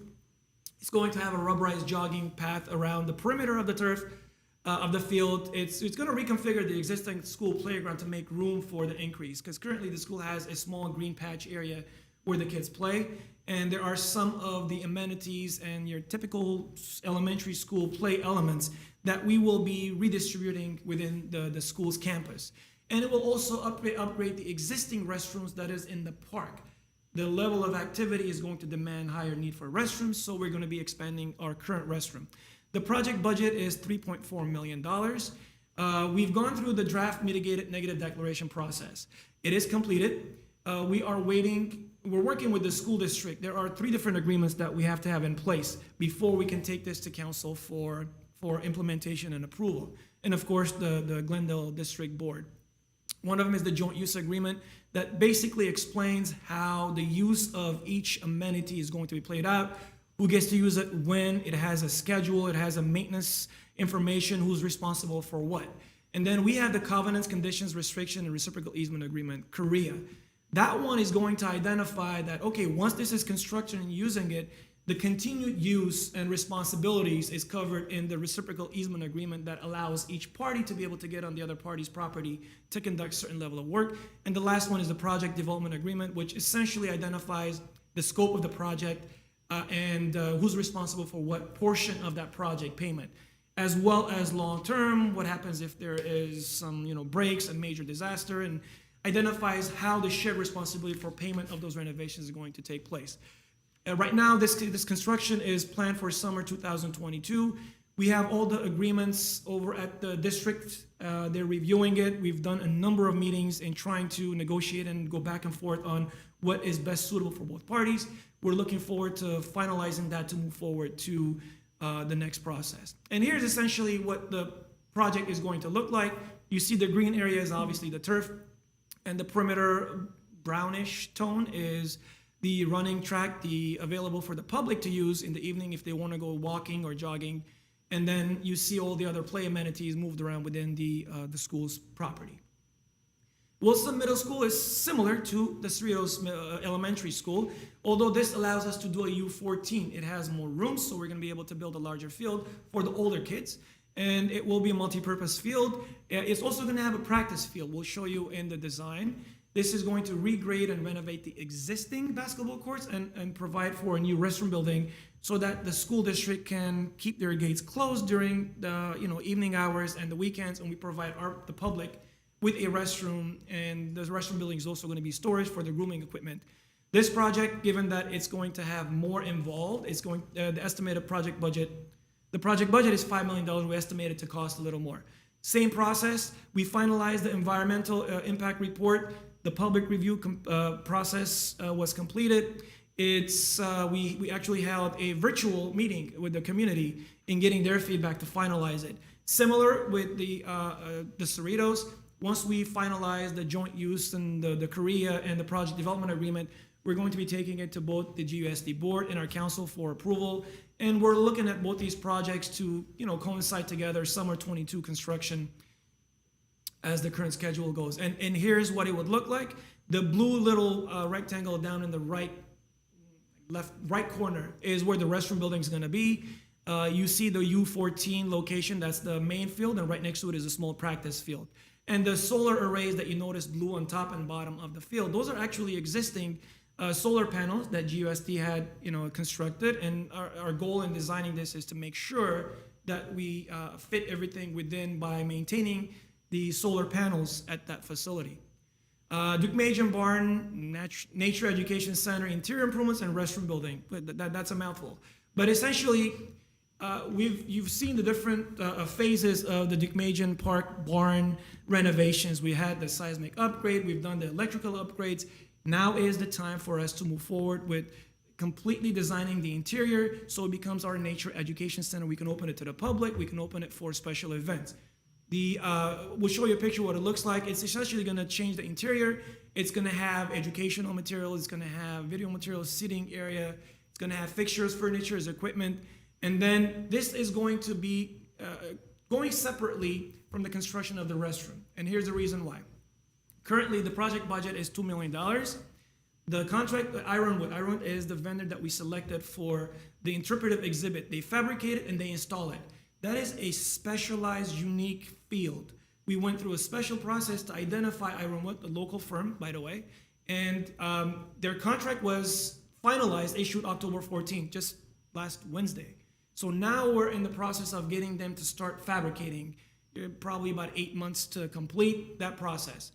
At the same time, the restroom project, we're bidding the restroom project for a general contractor to come in and take on that segment of the project. And later this week, tomorrow, 2 days from now, October 21 is we have the site job walk, and obviously normal process of the bidding cycle. Once the contract's awarded, we're looking at the construction completion within 6 months from today.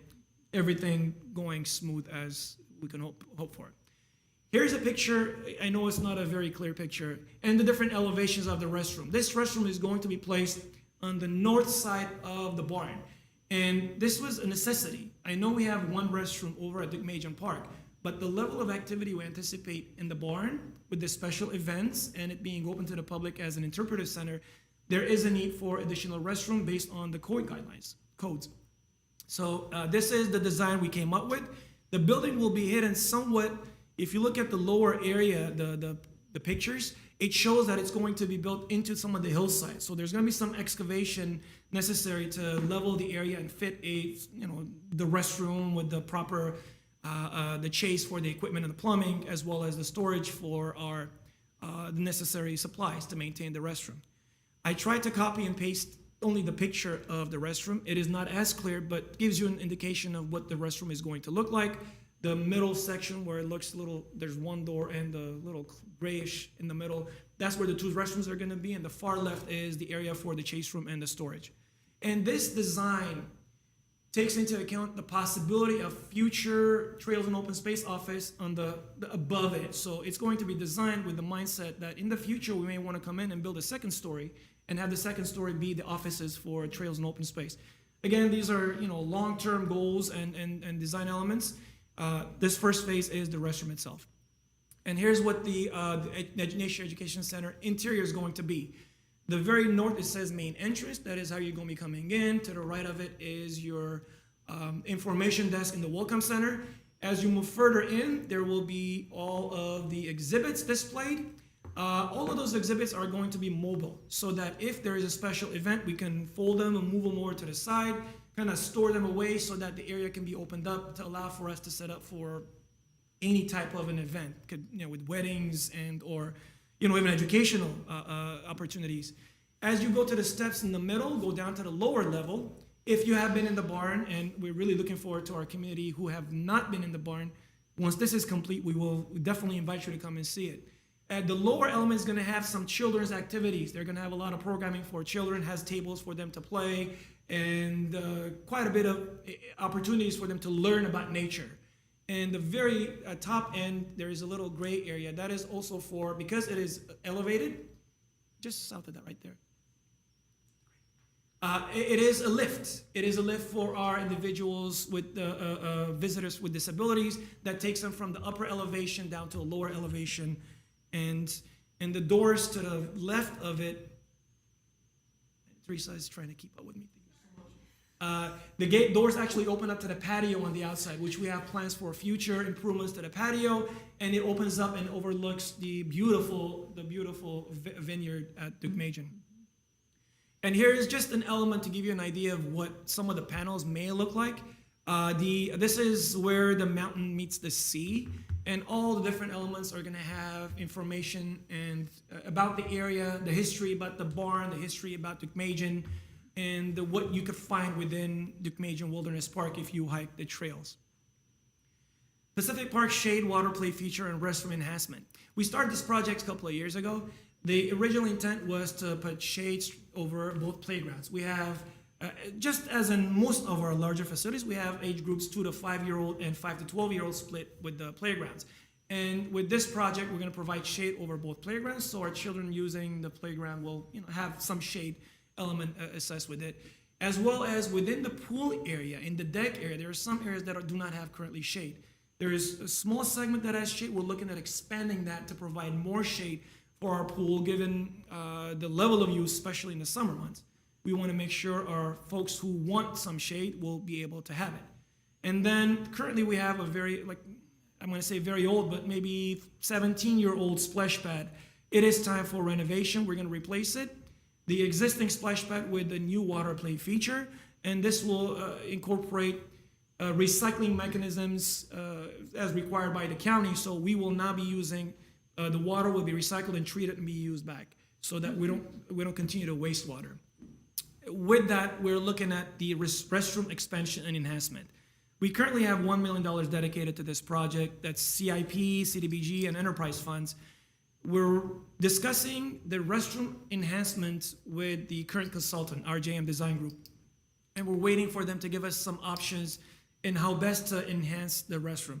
Part of the problem is right now with the restroom, one, we're going to see an increased use with all this activity. Two, currently anybody can go into the restroom and lock themselves in. We've had that happen a number of times, and we've had reports of homeless individuals locking themselves in, bathing, and other activities that happen. For the safety of the public and for the safety of the kids that use the fields and the playground or whatnot, we're going to change the design to avoid the ability of individuals to lock themselves in. All of the activity that we have experienced in the past and all of the staff, what they've observed, our little leagues, this is the best way to address the issues and challenges we face. And the project cost will likely increase. So we will, return to commission and council with what those numbers are going to be. Right now, the estimates could be, the actual cost of project could be between $1.4 million to $1.6 million with all the enhancements and the safety measures we want to put in play.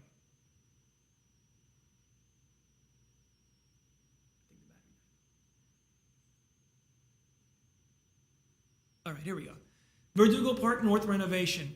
Now, we begin a master planning process for Verdugo Park, and President Wolfson, you've been part of that process. You've given us feedback, and the feedback has gone to council, and we've held a number of community meetings, and based on all of the input the council has received, we have reduced the concept from the master plan to some more of a basic change to the playground, to the restroom building, community building, and some walkways and pathways, some ADA parking in the area. So overall, we're looking at an all-inclusive playground. We have a number of playground manufacturers, vendors who are designing it, and they're going to provide those designs to us for us to take through the approval process with council and see which playground council likes the best. With that, we are currently doing the construction drawings for the new restroom building and community building. That's going to be roughly about 1,800 square feet. Based on council's direction, they wanted to keep it very small. Again, council direction, yet the community's input. 1,800 square foot for the restroom and the small community room over there next to it. And the path of travel for accessibility that connects parking to, especially that we want to do an all-inclusive playground. Currently, that roadway that leads up to Kalina doesn't have any parking. It's all red curb. We do need to provide some level of parking. We're looking at 5 to 7 right now. And we talked about the community garden. It will likely go back to its existing location, yet the size is going to, might change. We might be able to squeeze more plots within a smaller scale. So we're looking at that design as well. And obviously with new amenities, we're going to bring new picnic areas and tables. This project budget is $3.8 million, and DVD David Bolt's design is helping us with the design development and the construction documents.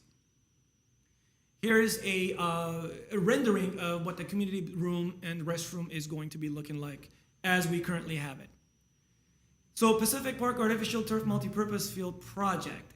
This will convert the existing baseball field to a multipurpose artificial turf field. Given its shape and size, we're able to squeeze in a U12 soccer field overlay in the outfield. The purpose of going this route is to increase play. Currently, we shut down Pacific from November to January, depending on how Mr. Garabedian is able to devote time for us to be able to do the renovation. So that's about 3 months this facility is not able to be used because we have to renovate the field. It will do away with all of that and open it up for year-round use with this approach. And we'll have some new fencing. We have to increase the fencing for soccer to make sure the ball doesn't get kicked onto the street on Riverdale, as well as the west side, so people sitting and watching will not be hit. So we're looking at all measures to keep the users and the public safe by this project. The project budget is $1.8 million. We are currently in plan check. We have about 95% of construction drawings done, with minor requests by our building and safety to make adjustments and make changes to the plans. Next step would be to actually bid this project and begin the construction. And here's the layout. The one thing I didn't mention, the very top north end of the project area, you see what's called a retaining wall. Given the fact that we want to put in a U12, it expands the area a little bit, so we have to eat into that existing hillside. And in order for us to build it, we have to build a retaining wall. Other than that, most of the area will be within the current baseball field area. The Central Park Master Plan, this project is being managed by our Economic Development Department. It will be working in conjunction with, most of you know already that the Armenian American Museum will be taking part of the southern portion of the current ARC's turf area, Central Park. And with this enhancement, it's going to shift a few things around, still provide enough ability for us to have activities, actually add more amenities to it, and have a larger park space because it incorporates now the current parking area that's in between the library and the ARC, the Adult Recreation Center. And from this picture, you can see the library maintains its location, the very far north. To the right of it, we'll have a children's play area. It's going to have what we call the forest part because it's very woody over there, a lot of mature trees, where the Teresa has the mouse. That will be a children's splash pad. We're going to add a splash pad to it for our kids. To the west of it, we're going to have a restroom building. Moving further south, north of the ARC building, we're going to have some seating areas, activities for our seniors and our youth if they want to use it. Just to the left of that is going to have open area for events, activities, and shows. And the rest of the facility will see upgrades to its irrigation, lighting, and the landscaping. Montrose Park enhancements. We are looking at resurfacing the parking lot. We're going to upgrade the sidewalks and ramps to the most current ADA standards, as well as upgrade the existing irrigation system. Currently, this project has $625,000 in the budget. With everything we want to do, it's going to be costing a little more. We estimate this project costing roughly a little more than $1 million with all the irrigation upgrades that we want to do to the facility and the lighting upgrades. So Public Works Engineering is supporting us with this project. They're designing and preparing the plans and specification. The irrigation, we actually are ready. The construction drawings are done. That'll be the second phase. Our goal is to get the safety elements done first and go back and do the irrigation upgrades. We're looking at next budget cycle to ask council for additional funding for the remaining of the project to see it all through. Dunsmore, similarly at Dunsmore Park, we're gonna upgrade the parking lot. If you visited Dunsmore Park, the parking do need to be upgraded. The asphalt has a lot of cracks and dents in it. And as we were doing the walkthrough, we met with Mr. Bulanikian and our friends from engineering. We met with the principal and a couple of our staff from Dunsmore Elementary across the street. What we had anticipated this project would be roughly about $500,000, and that's what we have budgeted. But based on some of the requests they put forth and very valid recommendations to the upgrades, which we've incorporated here, installing the grade, separating the sidewalk and a walk to Dunsmore Avenue, green infrastructure for our stormwater runoff, upgrading the sidewalk to ramps and ADA standards, installing advanced warning system for the parking lot exits, so as the kids are walking, on the sidewalk, cars exiting will have the ability to, see it and notice it. All the safety improvements they recommend that we're incorporating. Right now, we're still in the design phase. We'll have to come up with a final cost estimate, prepare the plans and specifications, and bid it as the normal bidding process would go. Construction cost estimates are to be determined, and this project will also likely need additional funding to see all the safety elements that we want to incorporate. We'll be looking at how best to approach that in the coming months. Glen Oaks Park Playground replacement. Commission should remember this one. We had community that reached out to us for shade at the playground, and as we continue to look into that process, we determined why not replace the playground shade, enhance it, even expand it based on what the community members had asked for us. We promised we'd taken this process through council. We did get approved to move this project forward. So what we're gonna do is replace the aging playground with new up-to-date code compliant. These are gonna have the rubberized surfacing for ADA accessibility. And again, shade canopies across the playground, as well as currently there is a volleyball court area.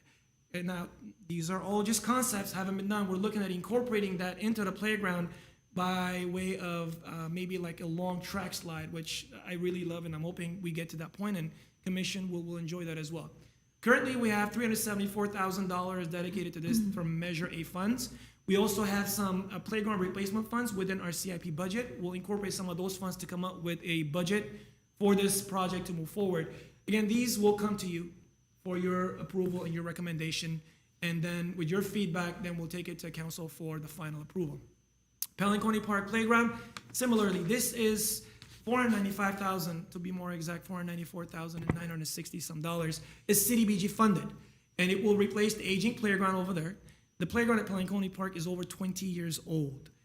So as part of it, we're gonna replace it with new up-to-date code-compliant playgrounds, incorporate shade canopies, and then we're gonna add a seat wall. At one point, based on how the current playground is, there is a slope variation. In order for us to make it ADA accessible and make it rubberized surfacing, we're gonna build a seat wall. Simple, allows the parents to sit and watch, and it addresses the grade issue. So we are right now finalizing with one of our playground vendors what the design will be. We're gonna refine it and move forward with moving the playground project. We have a lot of small scale projects that we're addressing also in-house. You'll see those as we complete, but at this time, if commission has any questions related to capital project items we've discussed so far, I'd be happy to address them. Are there any questions from my fellow commissioners? No question. Yeah. Oh, go ahead.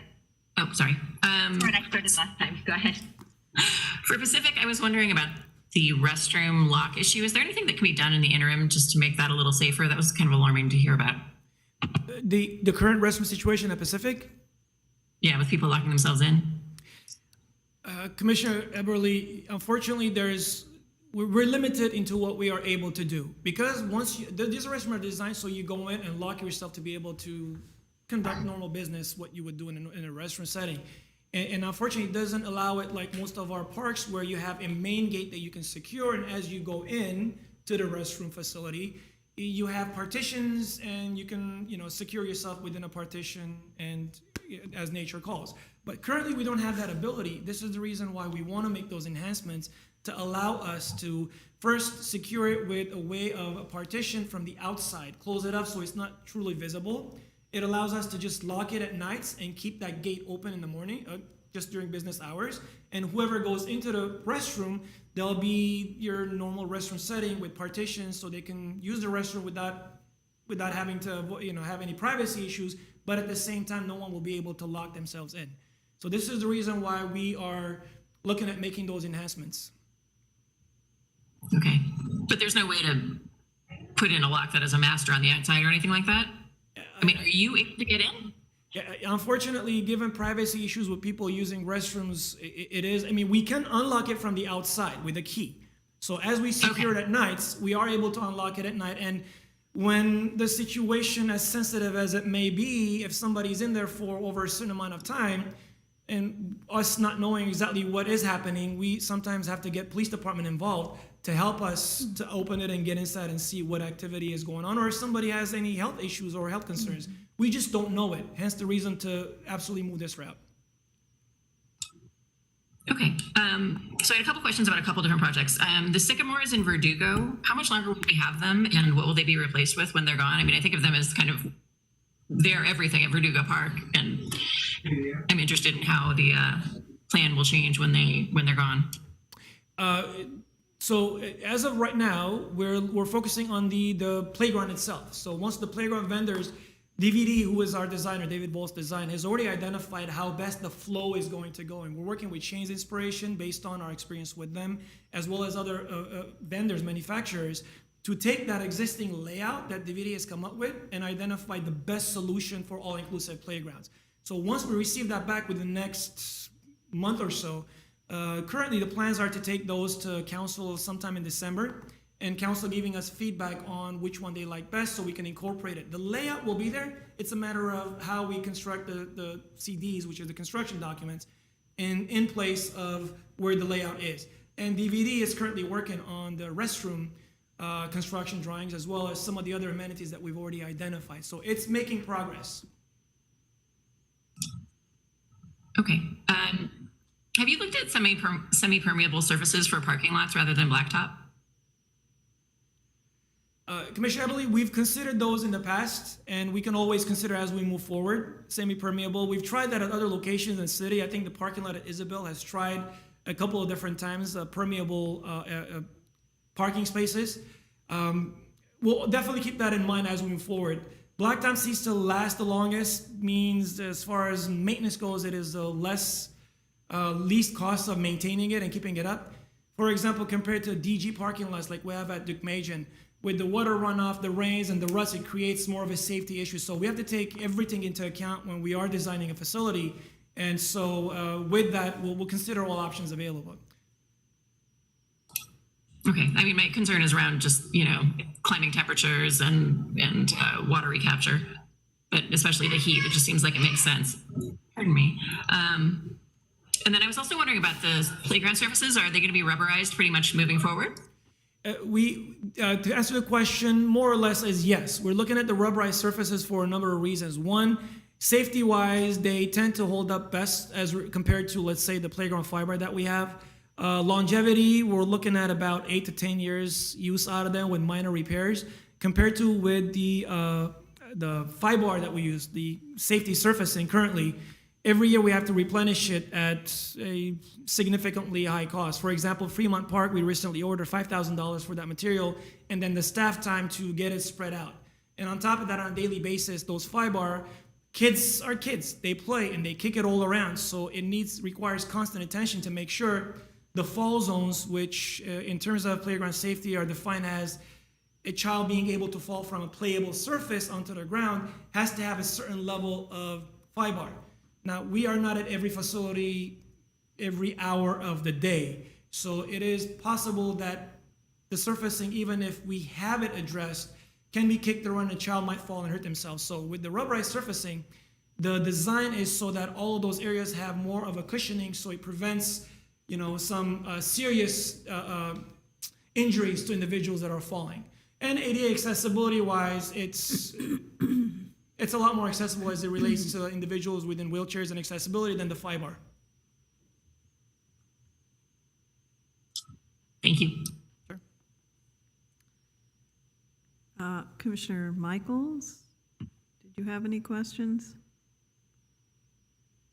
No specific questions. I'm just looking to see a lot of these projects move forward, move towards completion. Commissioner Potel? Hi. Yes, first off, I want to say how excited I am to see all these plans in the works. Obviously, having a young child, I can't wait till COVID is over and we can enjoy all these great renovations you guys are going to have in place. So a couple of quick things. I did go and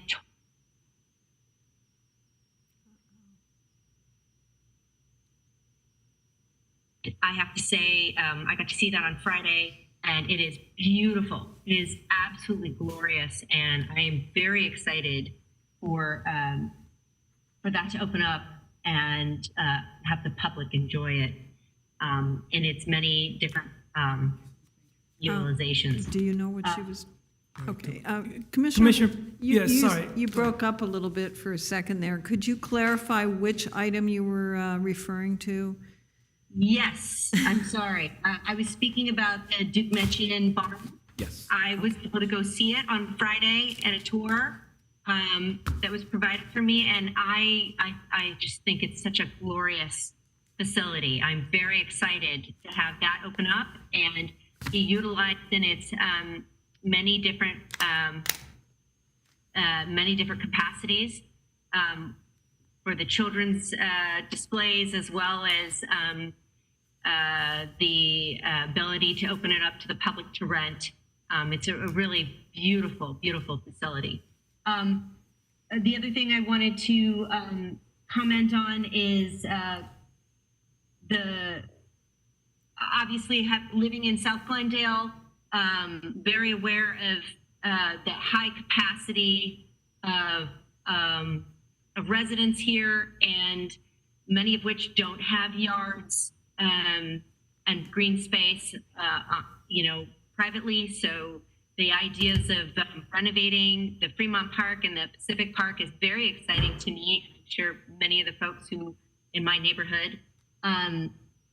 I want to put out the suggestion to consider creating a fair amount of shade for the playground area over at Fremont. I wasn't sure in the map whether or not that was something that was going to be installed. Also, keep in mind, parents want to be comfortable while they're sitting there with their kid playing in the playground. And on those really hot days, if those benches don't have any shade, it can get really hard to sit there while your kid is trying to have a good time and you're just trying not to burn in the sun. So something to think about: comfortable parent seating with adequate shade, not just for the actual playground structures, but also for benched seating that has easy access to the playground and sight lines. It's something you might want to consider for both Fremont and Pacific Park. Then the other thing I wanted to mention, I'm concerned about the amount of AstroTurf plans that are in the works. Those items, I have some concern about. I know that the city has been approached by a company who does a more natural approach. And the reason why I'm bringing this up is that we live in a very hot climate here. It's only continuing to get hot. My understanding is AstroTurf is actually hotter than blacktop. And when we hit 90 degrees, AstroTurf can be over 120 degrees. And I understand the idea that we want to install something that makes the playing field something that can be utilized for more days out of the year. But I wonder if AstroTurf is really the answer. So I want to present that as something for the department to consider looking into other alternatives than AstroTurf, because they do exist. That being said, I believe there has been some discussion with GUSD regarding the Wilson athletic field being renovated not with AstroTurf, but in fact something from a company called Epic. It is a drainage and irrigation system that uses natural gas, grass, but doesn't, but is able to maintain it in a way where it doesn't get torn up as easily because of the way that it's laid out with a system below the grass. It's softer for athletes to play on. There's less injuries. It's being used in multiple universities across the country. So I think it's something certainly that that Glendale might consider looking into. My understanding is it's cost-wise, it's on the same, close to the same level as AstroTurf. And unfortunately, AstroTurf only lasts 10 years, whereas the system can last a lifetime. So these are things that I want to propose that you guys might look into. I believe you have GUSD as well as the City of Glendale Parks Department has been contacted by this company, and I would like to see more contact possibly between that company and with the Parks Department. So thank you. Sure. Commissioner Patel, to answer some of the items, I've tried to take notes on quite a bit that you covered there, and I'm hoping I can address some of them as we move forward. You know, as far as the heat element, you're right. Natural turf is going to be a lot cooler than any of those. I would prefer to refer to them as artificial turf fields because AstroTurf is actually a manufacturer. So when you refer to AstroTurf, it may, misguide some individuals. Artificial turf versus natural turf. So artificial turf in the past, what we've had was be rubberized materials, the pellets that fill inside, and absolutely they do get hot. Our approach going forward, we've changed that. We're looking at all natural fills. So what we're going to be using will be about 20 plus degrees cooler than what artificial turf currently exists would be. We're looking for a geofill material, which basically is coconut husks and mixed in with sand. So it keeps it a lot cooler than the current systems that we actually have at play. As far as its cost, you are absolutely right. We did meet with Epic, and Epic was the vendor, as you referred to, has a system that is underground irrigation system. It is a system where it feeds the grass from underneath instead of your typical irrigation systems on top. We talked to them, we've seen them. They've actually presented some universities that have that system in play. We're still working with them and getting information. As a matter of fact, we're asking for municipalities that have the same level of play at those fields as we do with natural turf to see if it compares. Because in a university setting, that field is used by the university only, and it has very limited play. In most cases, there were practice fields. A practice field doesn't get 5 hours a night during the week, 12 hours plus a day, 13 hours a day on Saturday and Sunday, 365 days a year. The level of impact our playing fields get is not comparable to any of the items so far, and we've asked her to provide other municipalities that have that place so we can connect with them and see what they've used, how it's worked, the benefits and whatnot, to have a better understanding whether that system can work for us. So we're still in touch with Epic, and we're still waiting for that information, as well as numbers on their maintenance and some of the numbers they had presented we had questions about. So we're still looking at those. And GUSD, I'm not certain that GUSD has actually accepted to go that route, but I think they've said it's an option they will consider. I don't know of any confirmation that GUSD is going that route to date. Our conversation with GUSD at both Wilson and Cerritos have been for the couple of the manufacturers we visited. We're going with the Shaw turf product, which has the geofill material, which I described. To date, that has been the position of both of our organizations. And yes, the cost of installing the underground irrigation is comparable to an installation of an artificial turf field. So there are a lot of factors we are looking at and considering, and we'll have more conversations with EPIC to see how best that goes forward. So we are still in communication with them about those. Great. Thank you. Thank you for that update. I just saw AstroTurf numerous times throughout this report, and it just brought up a lot of frustration for me because that's a lot of plastic. Yeah. And I can understand. Commissioner Patel, I can understand that. Most people don't look at it having benefits.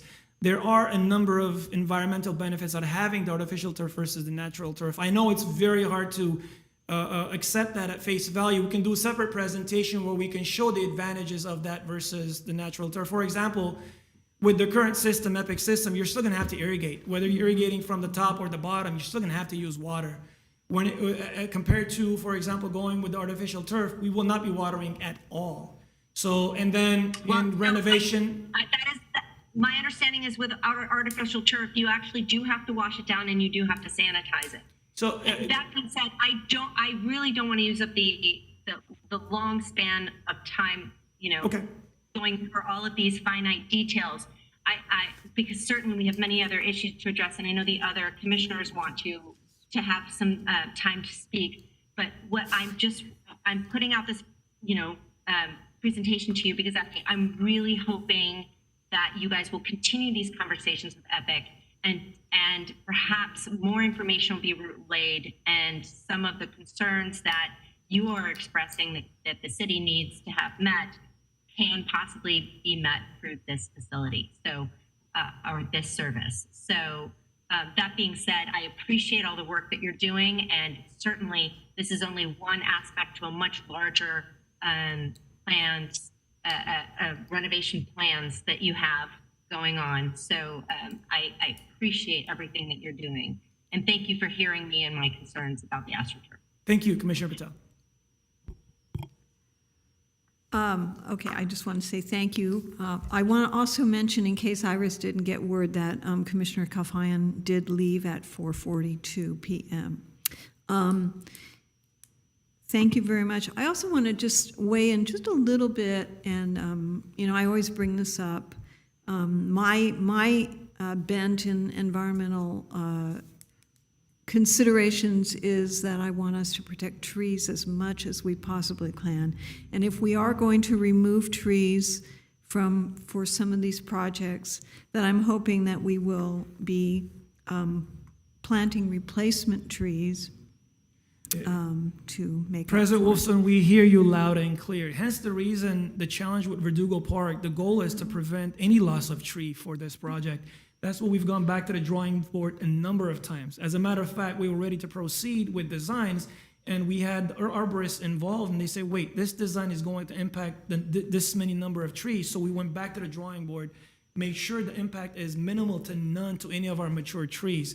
Hence, we took additional steps to guarantee that. And at Fremont, there will be a need, unfortunately, to remove some of the tall palm trees. But if you also, once we get there, you look at the actual cost, there are a number of trees already dedicated to replace what's being removed. So we still have the shade and long-term tree canopy that we want in the park. So every time we have a project that may impact trees, if there's absolutely no way to go about it, it may impact, we always plan for replacement of that tree, because we also want to keep our, urban forests at the levels that we have, if not enhance it. Because that can really, I think, I appreciate what Commissioner Patel was saying about the artificial turf. I understand, and it is jarring, to see it going into so many locations, but it is very practical. But we can mitigate what effects there are from it by making sure that we increase our urban forest.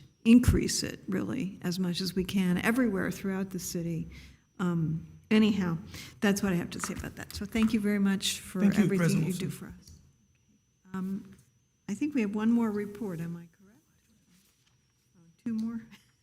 Oh, that's right. Next is item 7B, Recreation and Community Services Section, Monthly Activity Report for October 2020. Good afternoon, President Wilson, members of the commission. My name is Seva Garabidian, Senior Community Services Supervisor, and I'm going to go over the monthly activity report for the month of September. Jumping right in a second here.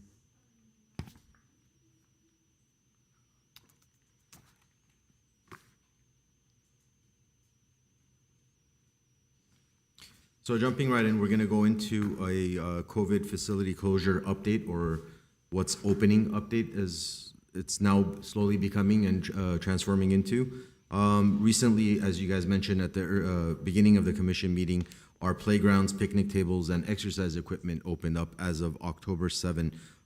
Here is a listing of what is currently open since the initial shutdown of everything. Golf courses, not including the pro shops or dine-in restaurants. Parks, no large group gatherings are allowed. Trails and trailheads, tennis and pickleball courts, Palmer Community Garden, equestrian facility at Riverwalk, sports fields for youth sports organizations only without games or competitive play or tournaments. Sports courts, tennis and pickleball courts only. So the outdoor basketball courts or volleyball courts are still shut down at this time. That's because for safety and to prevent any congregation, we haven't put the basketball rims back up. Because that's what was happening at the original closures. Our day camp program or day camp programs are allowed to operate.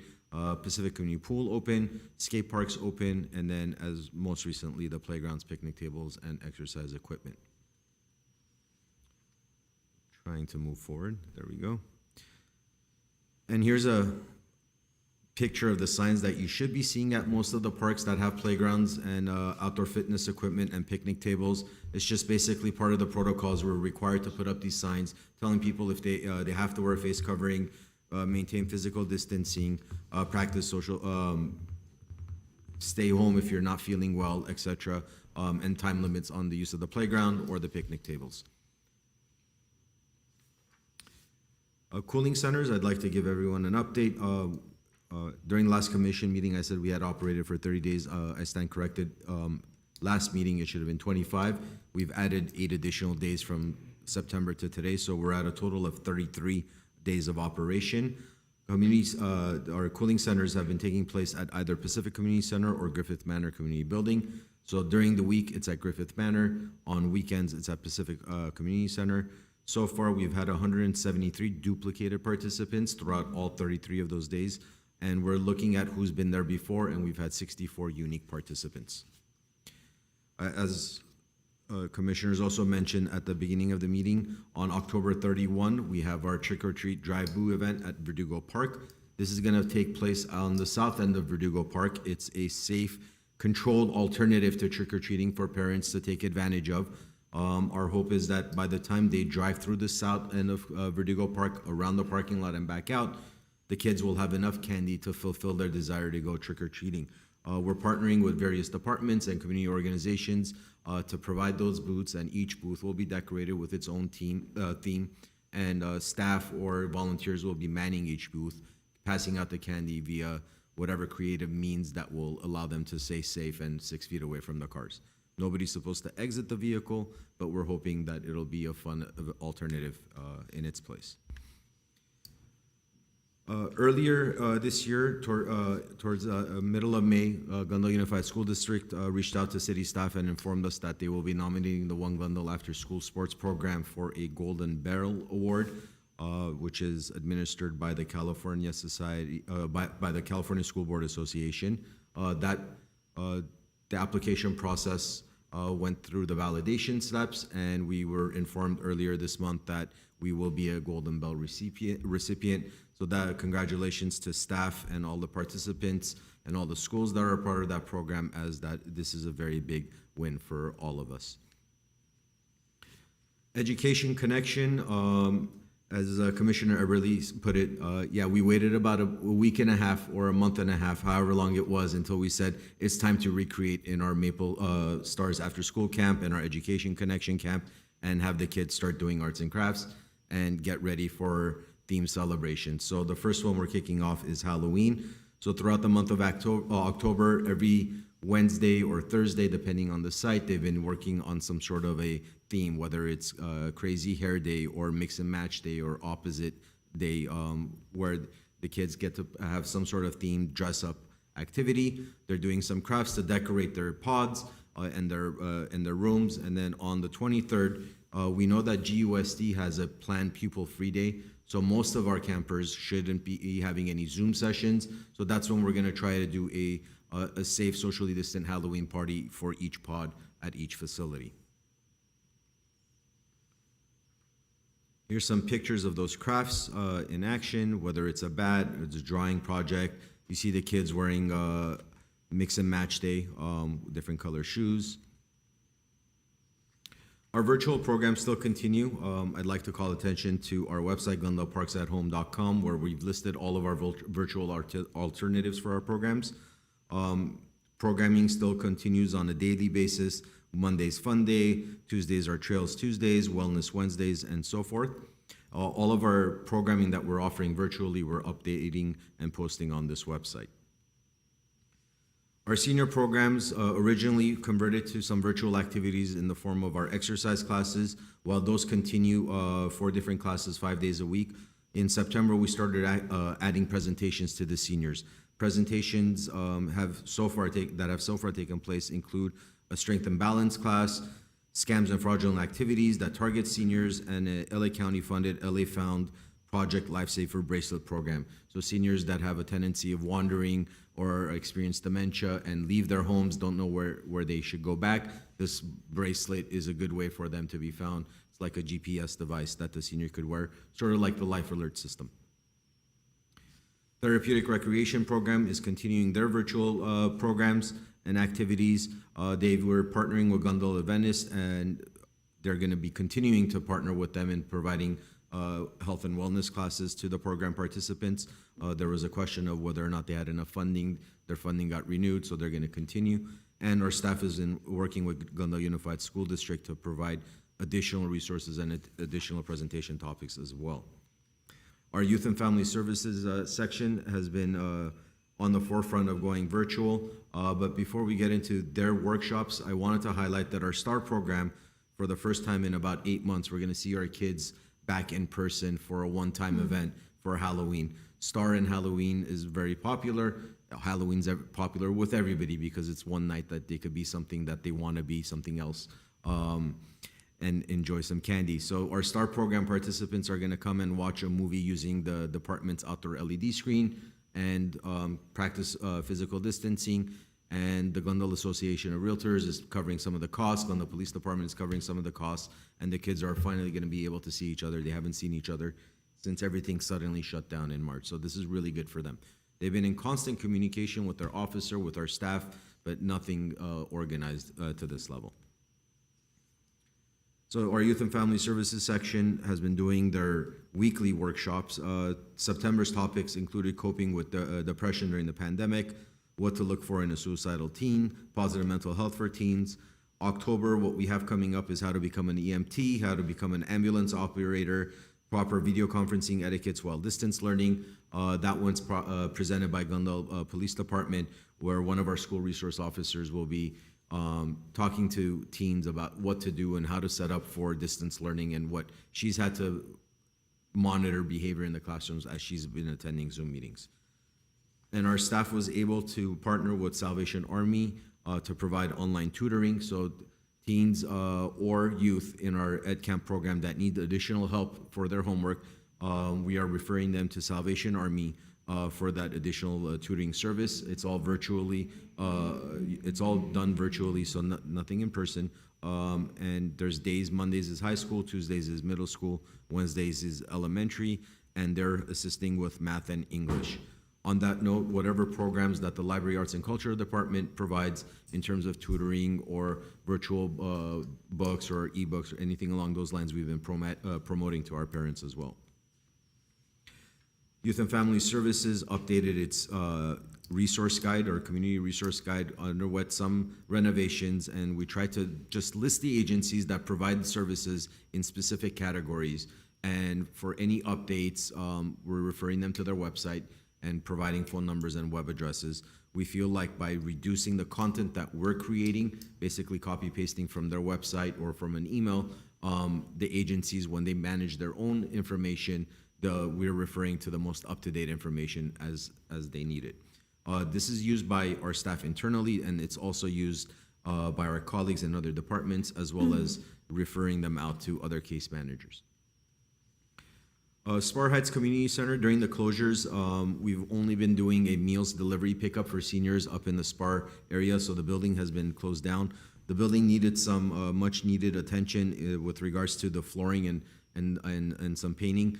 Unfortunately, earlier this year, we had a private reservation who had put some tape on the floor, and innocently, when they removed the tape, they took off the stain as well. So the flooring needed to get restained. So we went, resanded and stated on the picture on the left is a picture of the old floor with the new paint. We also removed all the wallpaper and painted the building. And the picture on the right is the finished product with the newly stained floors. Here's a picture of the hallway. And what I'd also like to point out is we finally were able to get rid of the carpet. So all the carpeted areas in that facility, we were able to remove and replace with glue-down vinyl flooring. Here's a picture of the billiards room, minus the billiards tables, of course, before with the carpet, after with the flooring. Also, I'd like to point out that we replaced all the dining hall chairs in that facility. We went to a higher rub resistance vinyl for the seat, and then a fabric that is Teflon coated to be able to maintain easier for the seat back. And that should help with the building and modernizing that building.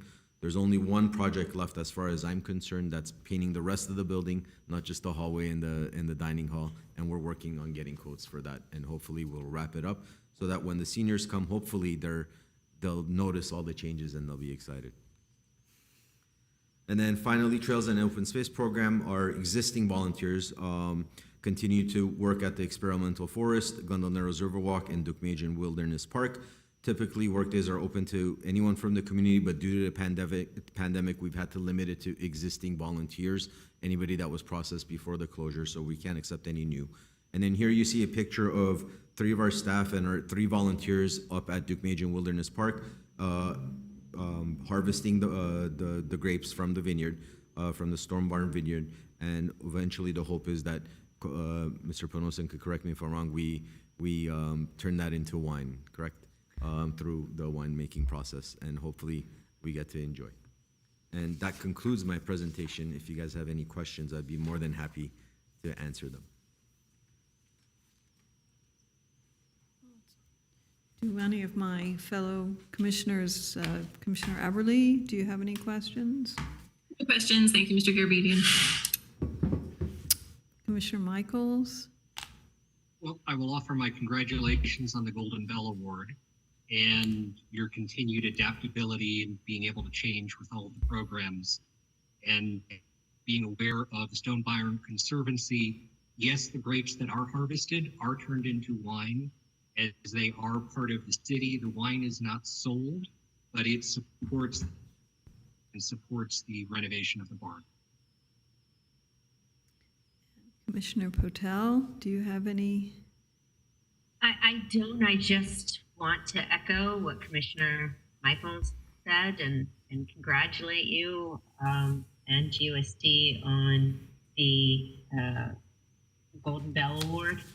You guys do amazing work, and I think it's wonderful that the parks and GUSD work in collaboration in the ways that they do. And that's it. Thank you.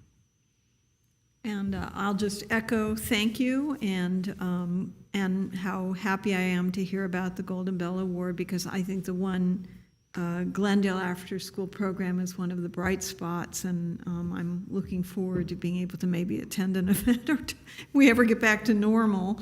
It would be nice to do that. And also, I'm really glad about the Spar Heights updates. I think that's going to be terrific for people. So, thank you. And then with that, I think there's one more report from Coco. Yes, that's correct. That would be 7C, Park Services Section Monthly Activity Report for September 2020. Yes, good afternoon again, President Wolfson and Commission. For the month of September, we completed 535 work orders for non-routine repair and preventive maintenance work. Groundskeepers completed 494 work orders, irrigation crew 37, and we had 4 work orders completed for pesticide application. Total labor hours 1,612, of which 735 hours were for the additional restroom maintenance related to COVID, and we still put in approximately 46 hours for caution taping in the early parts of the month when we had most amenities still closed. And if commission would still allow me, and is not tired of my voice, I have my monthly presentation of our activities with our crews. First, as at Adams Mini Park, as commission knows, we continue to upkeep with our facilities and make sure we have a mulching program to actually use less water and then keep the plants thriving a bit more with the mulch. Each time we do it, we check and readjust the irrigation and the mulch application. This is in the corner of Adams and Palmer. Next, we have at the Civic Auditorium. This is the north end of the Civic. Some of our fan palm trees had overgrown, and as you know, palms typically do, you can see the seedlings on the far top left corner. They do make a mess and drop. So we got our crews to go in there. There is a little bucket up there, and you can't see our guy working and pruning and trimming the trees to make it look as they're intended, nice and clean, to make it more presentable. Major Park.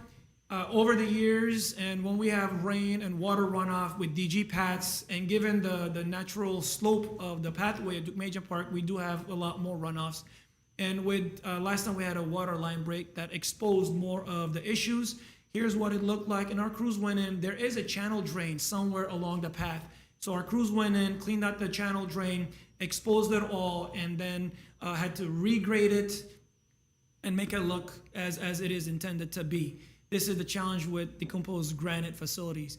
At Glorieta Park, we had shown you the improvement of the ball field, yet on both sides of the backstop. This is the first base side and at the third base side. We hadn't touched that area. So it turns out we felt the need to replace what's there. And in the first base side, we decided to take this process, what we had there, really kind of dead turf and debris, cleaned it all out, graded, leveled it, and we actually decided to extend the sod and keep that grass all the way to the back.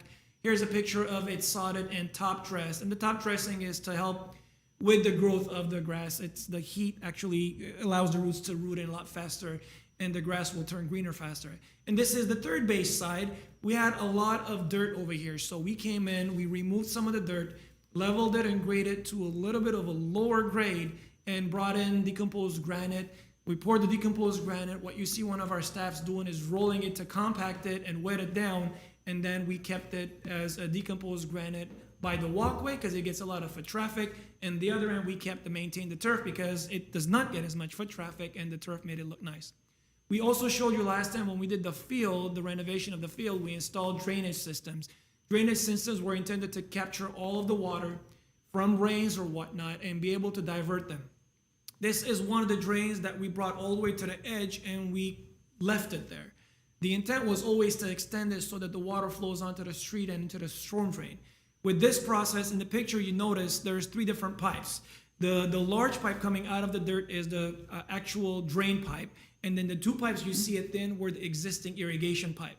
Well, they actually were at the same level, so we had to divert and redirect the irrigation pipe, as you see Mr. Felipe Sanchez doing over here.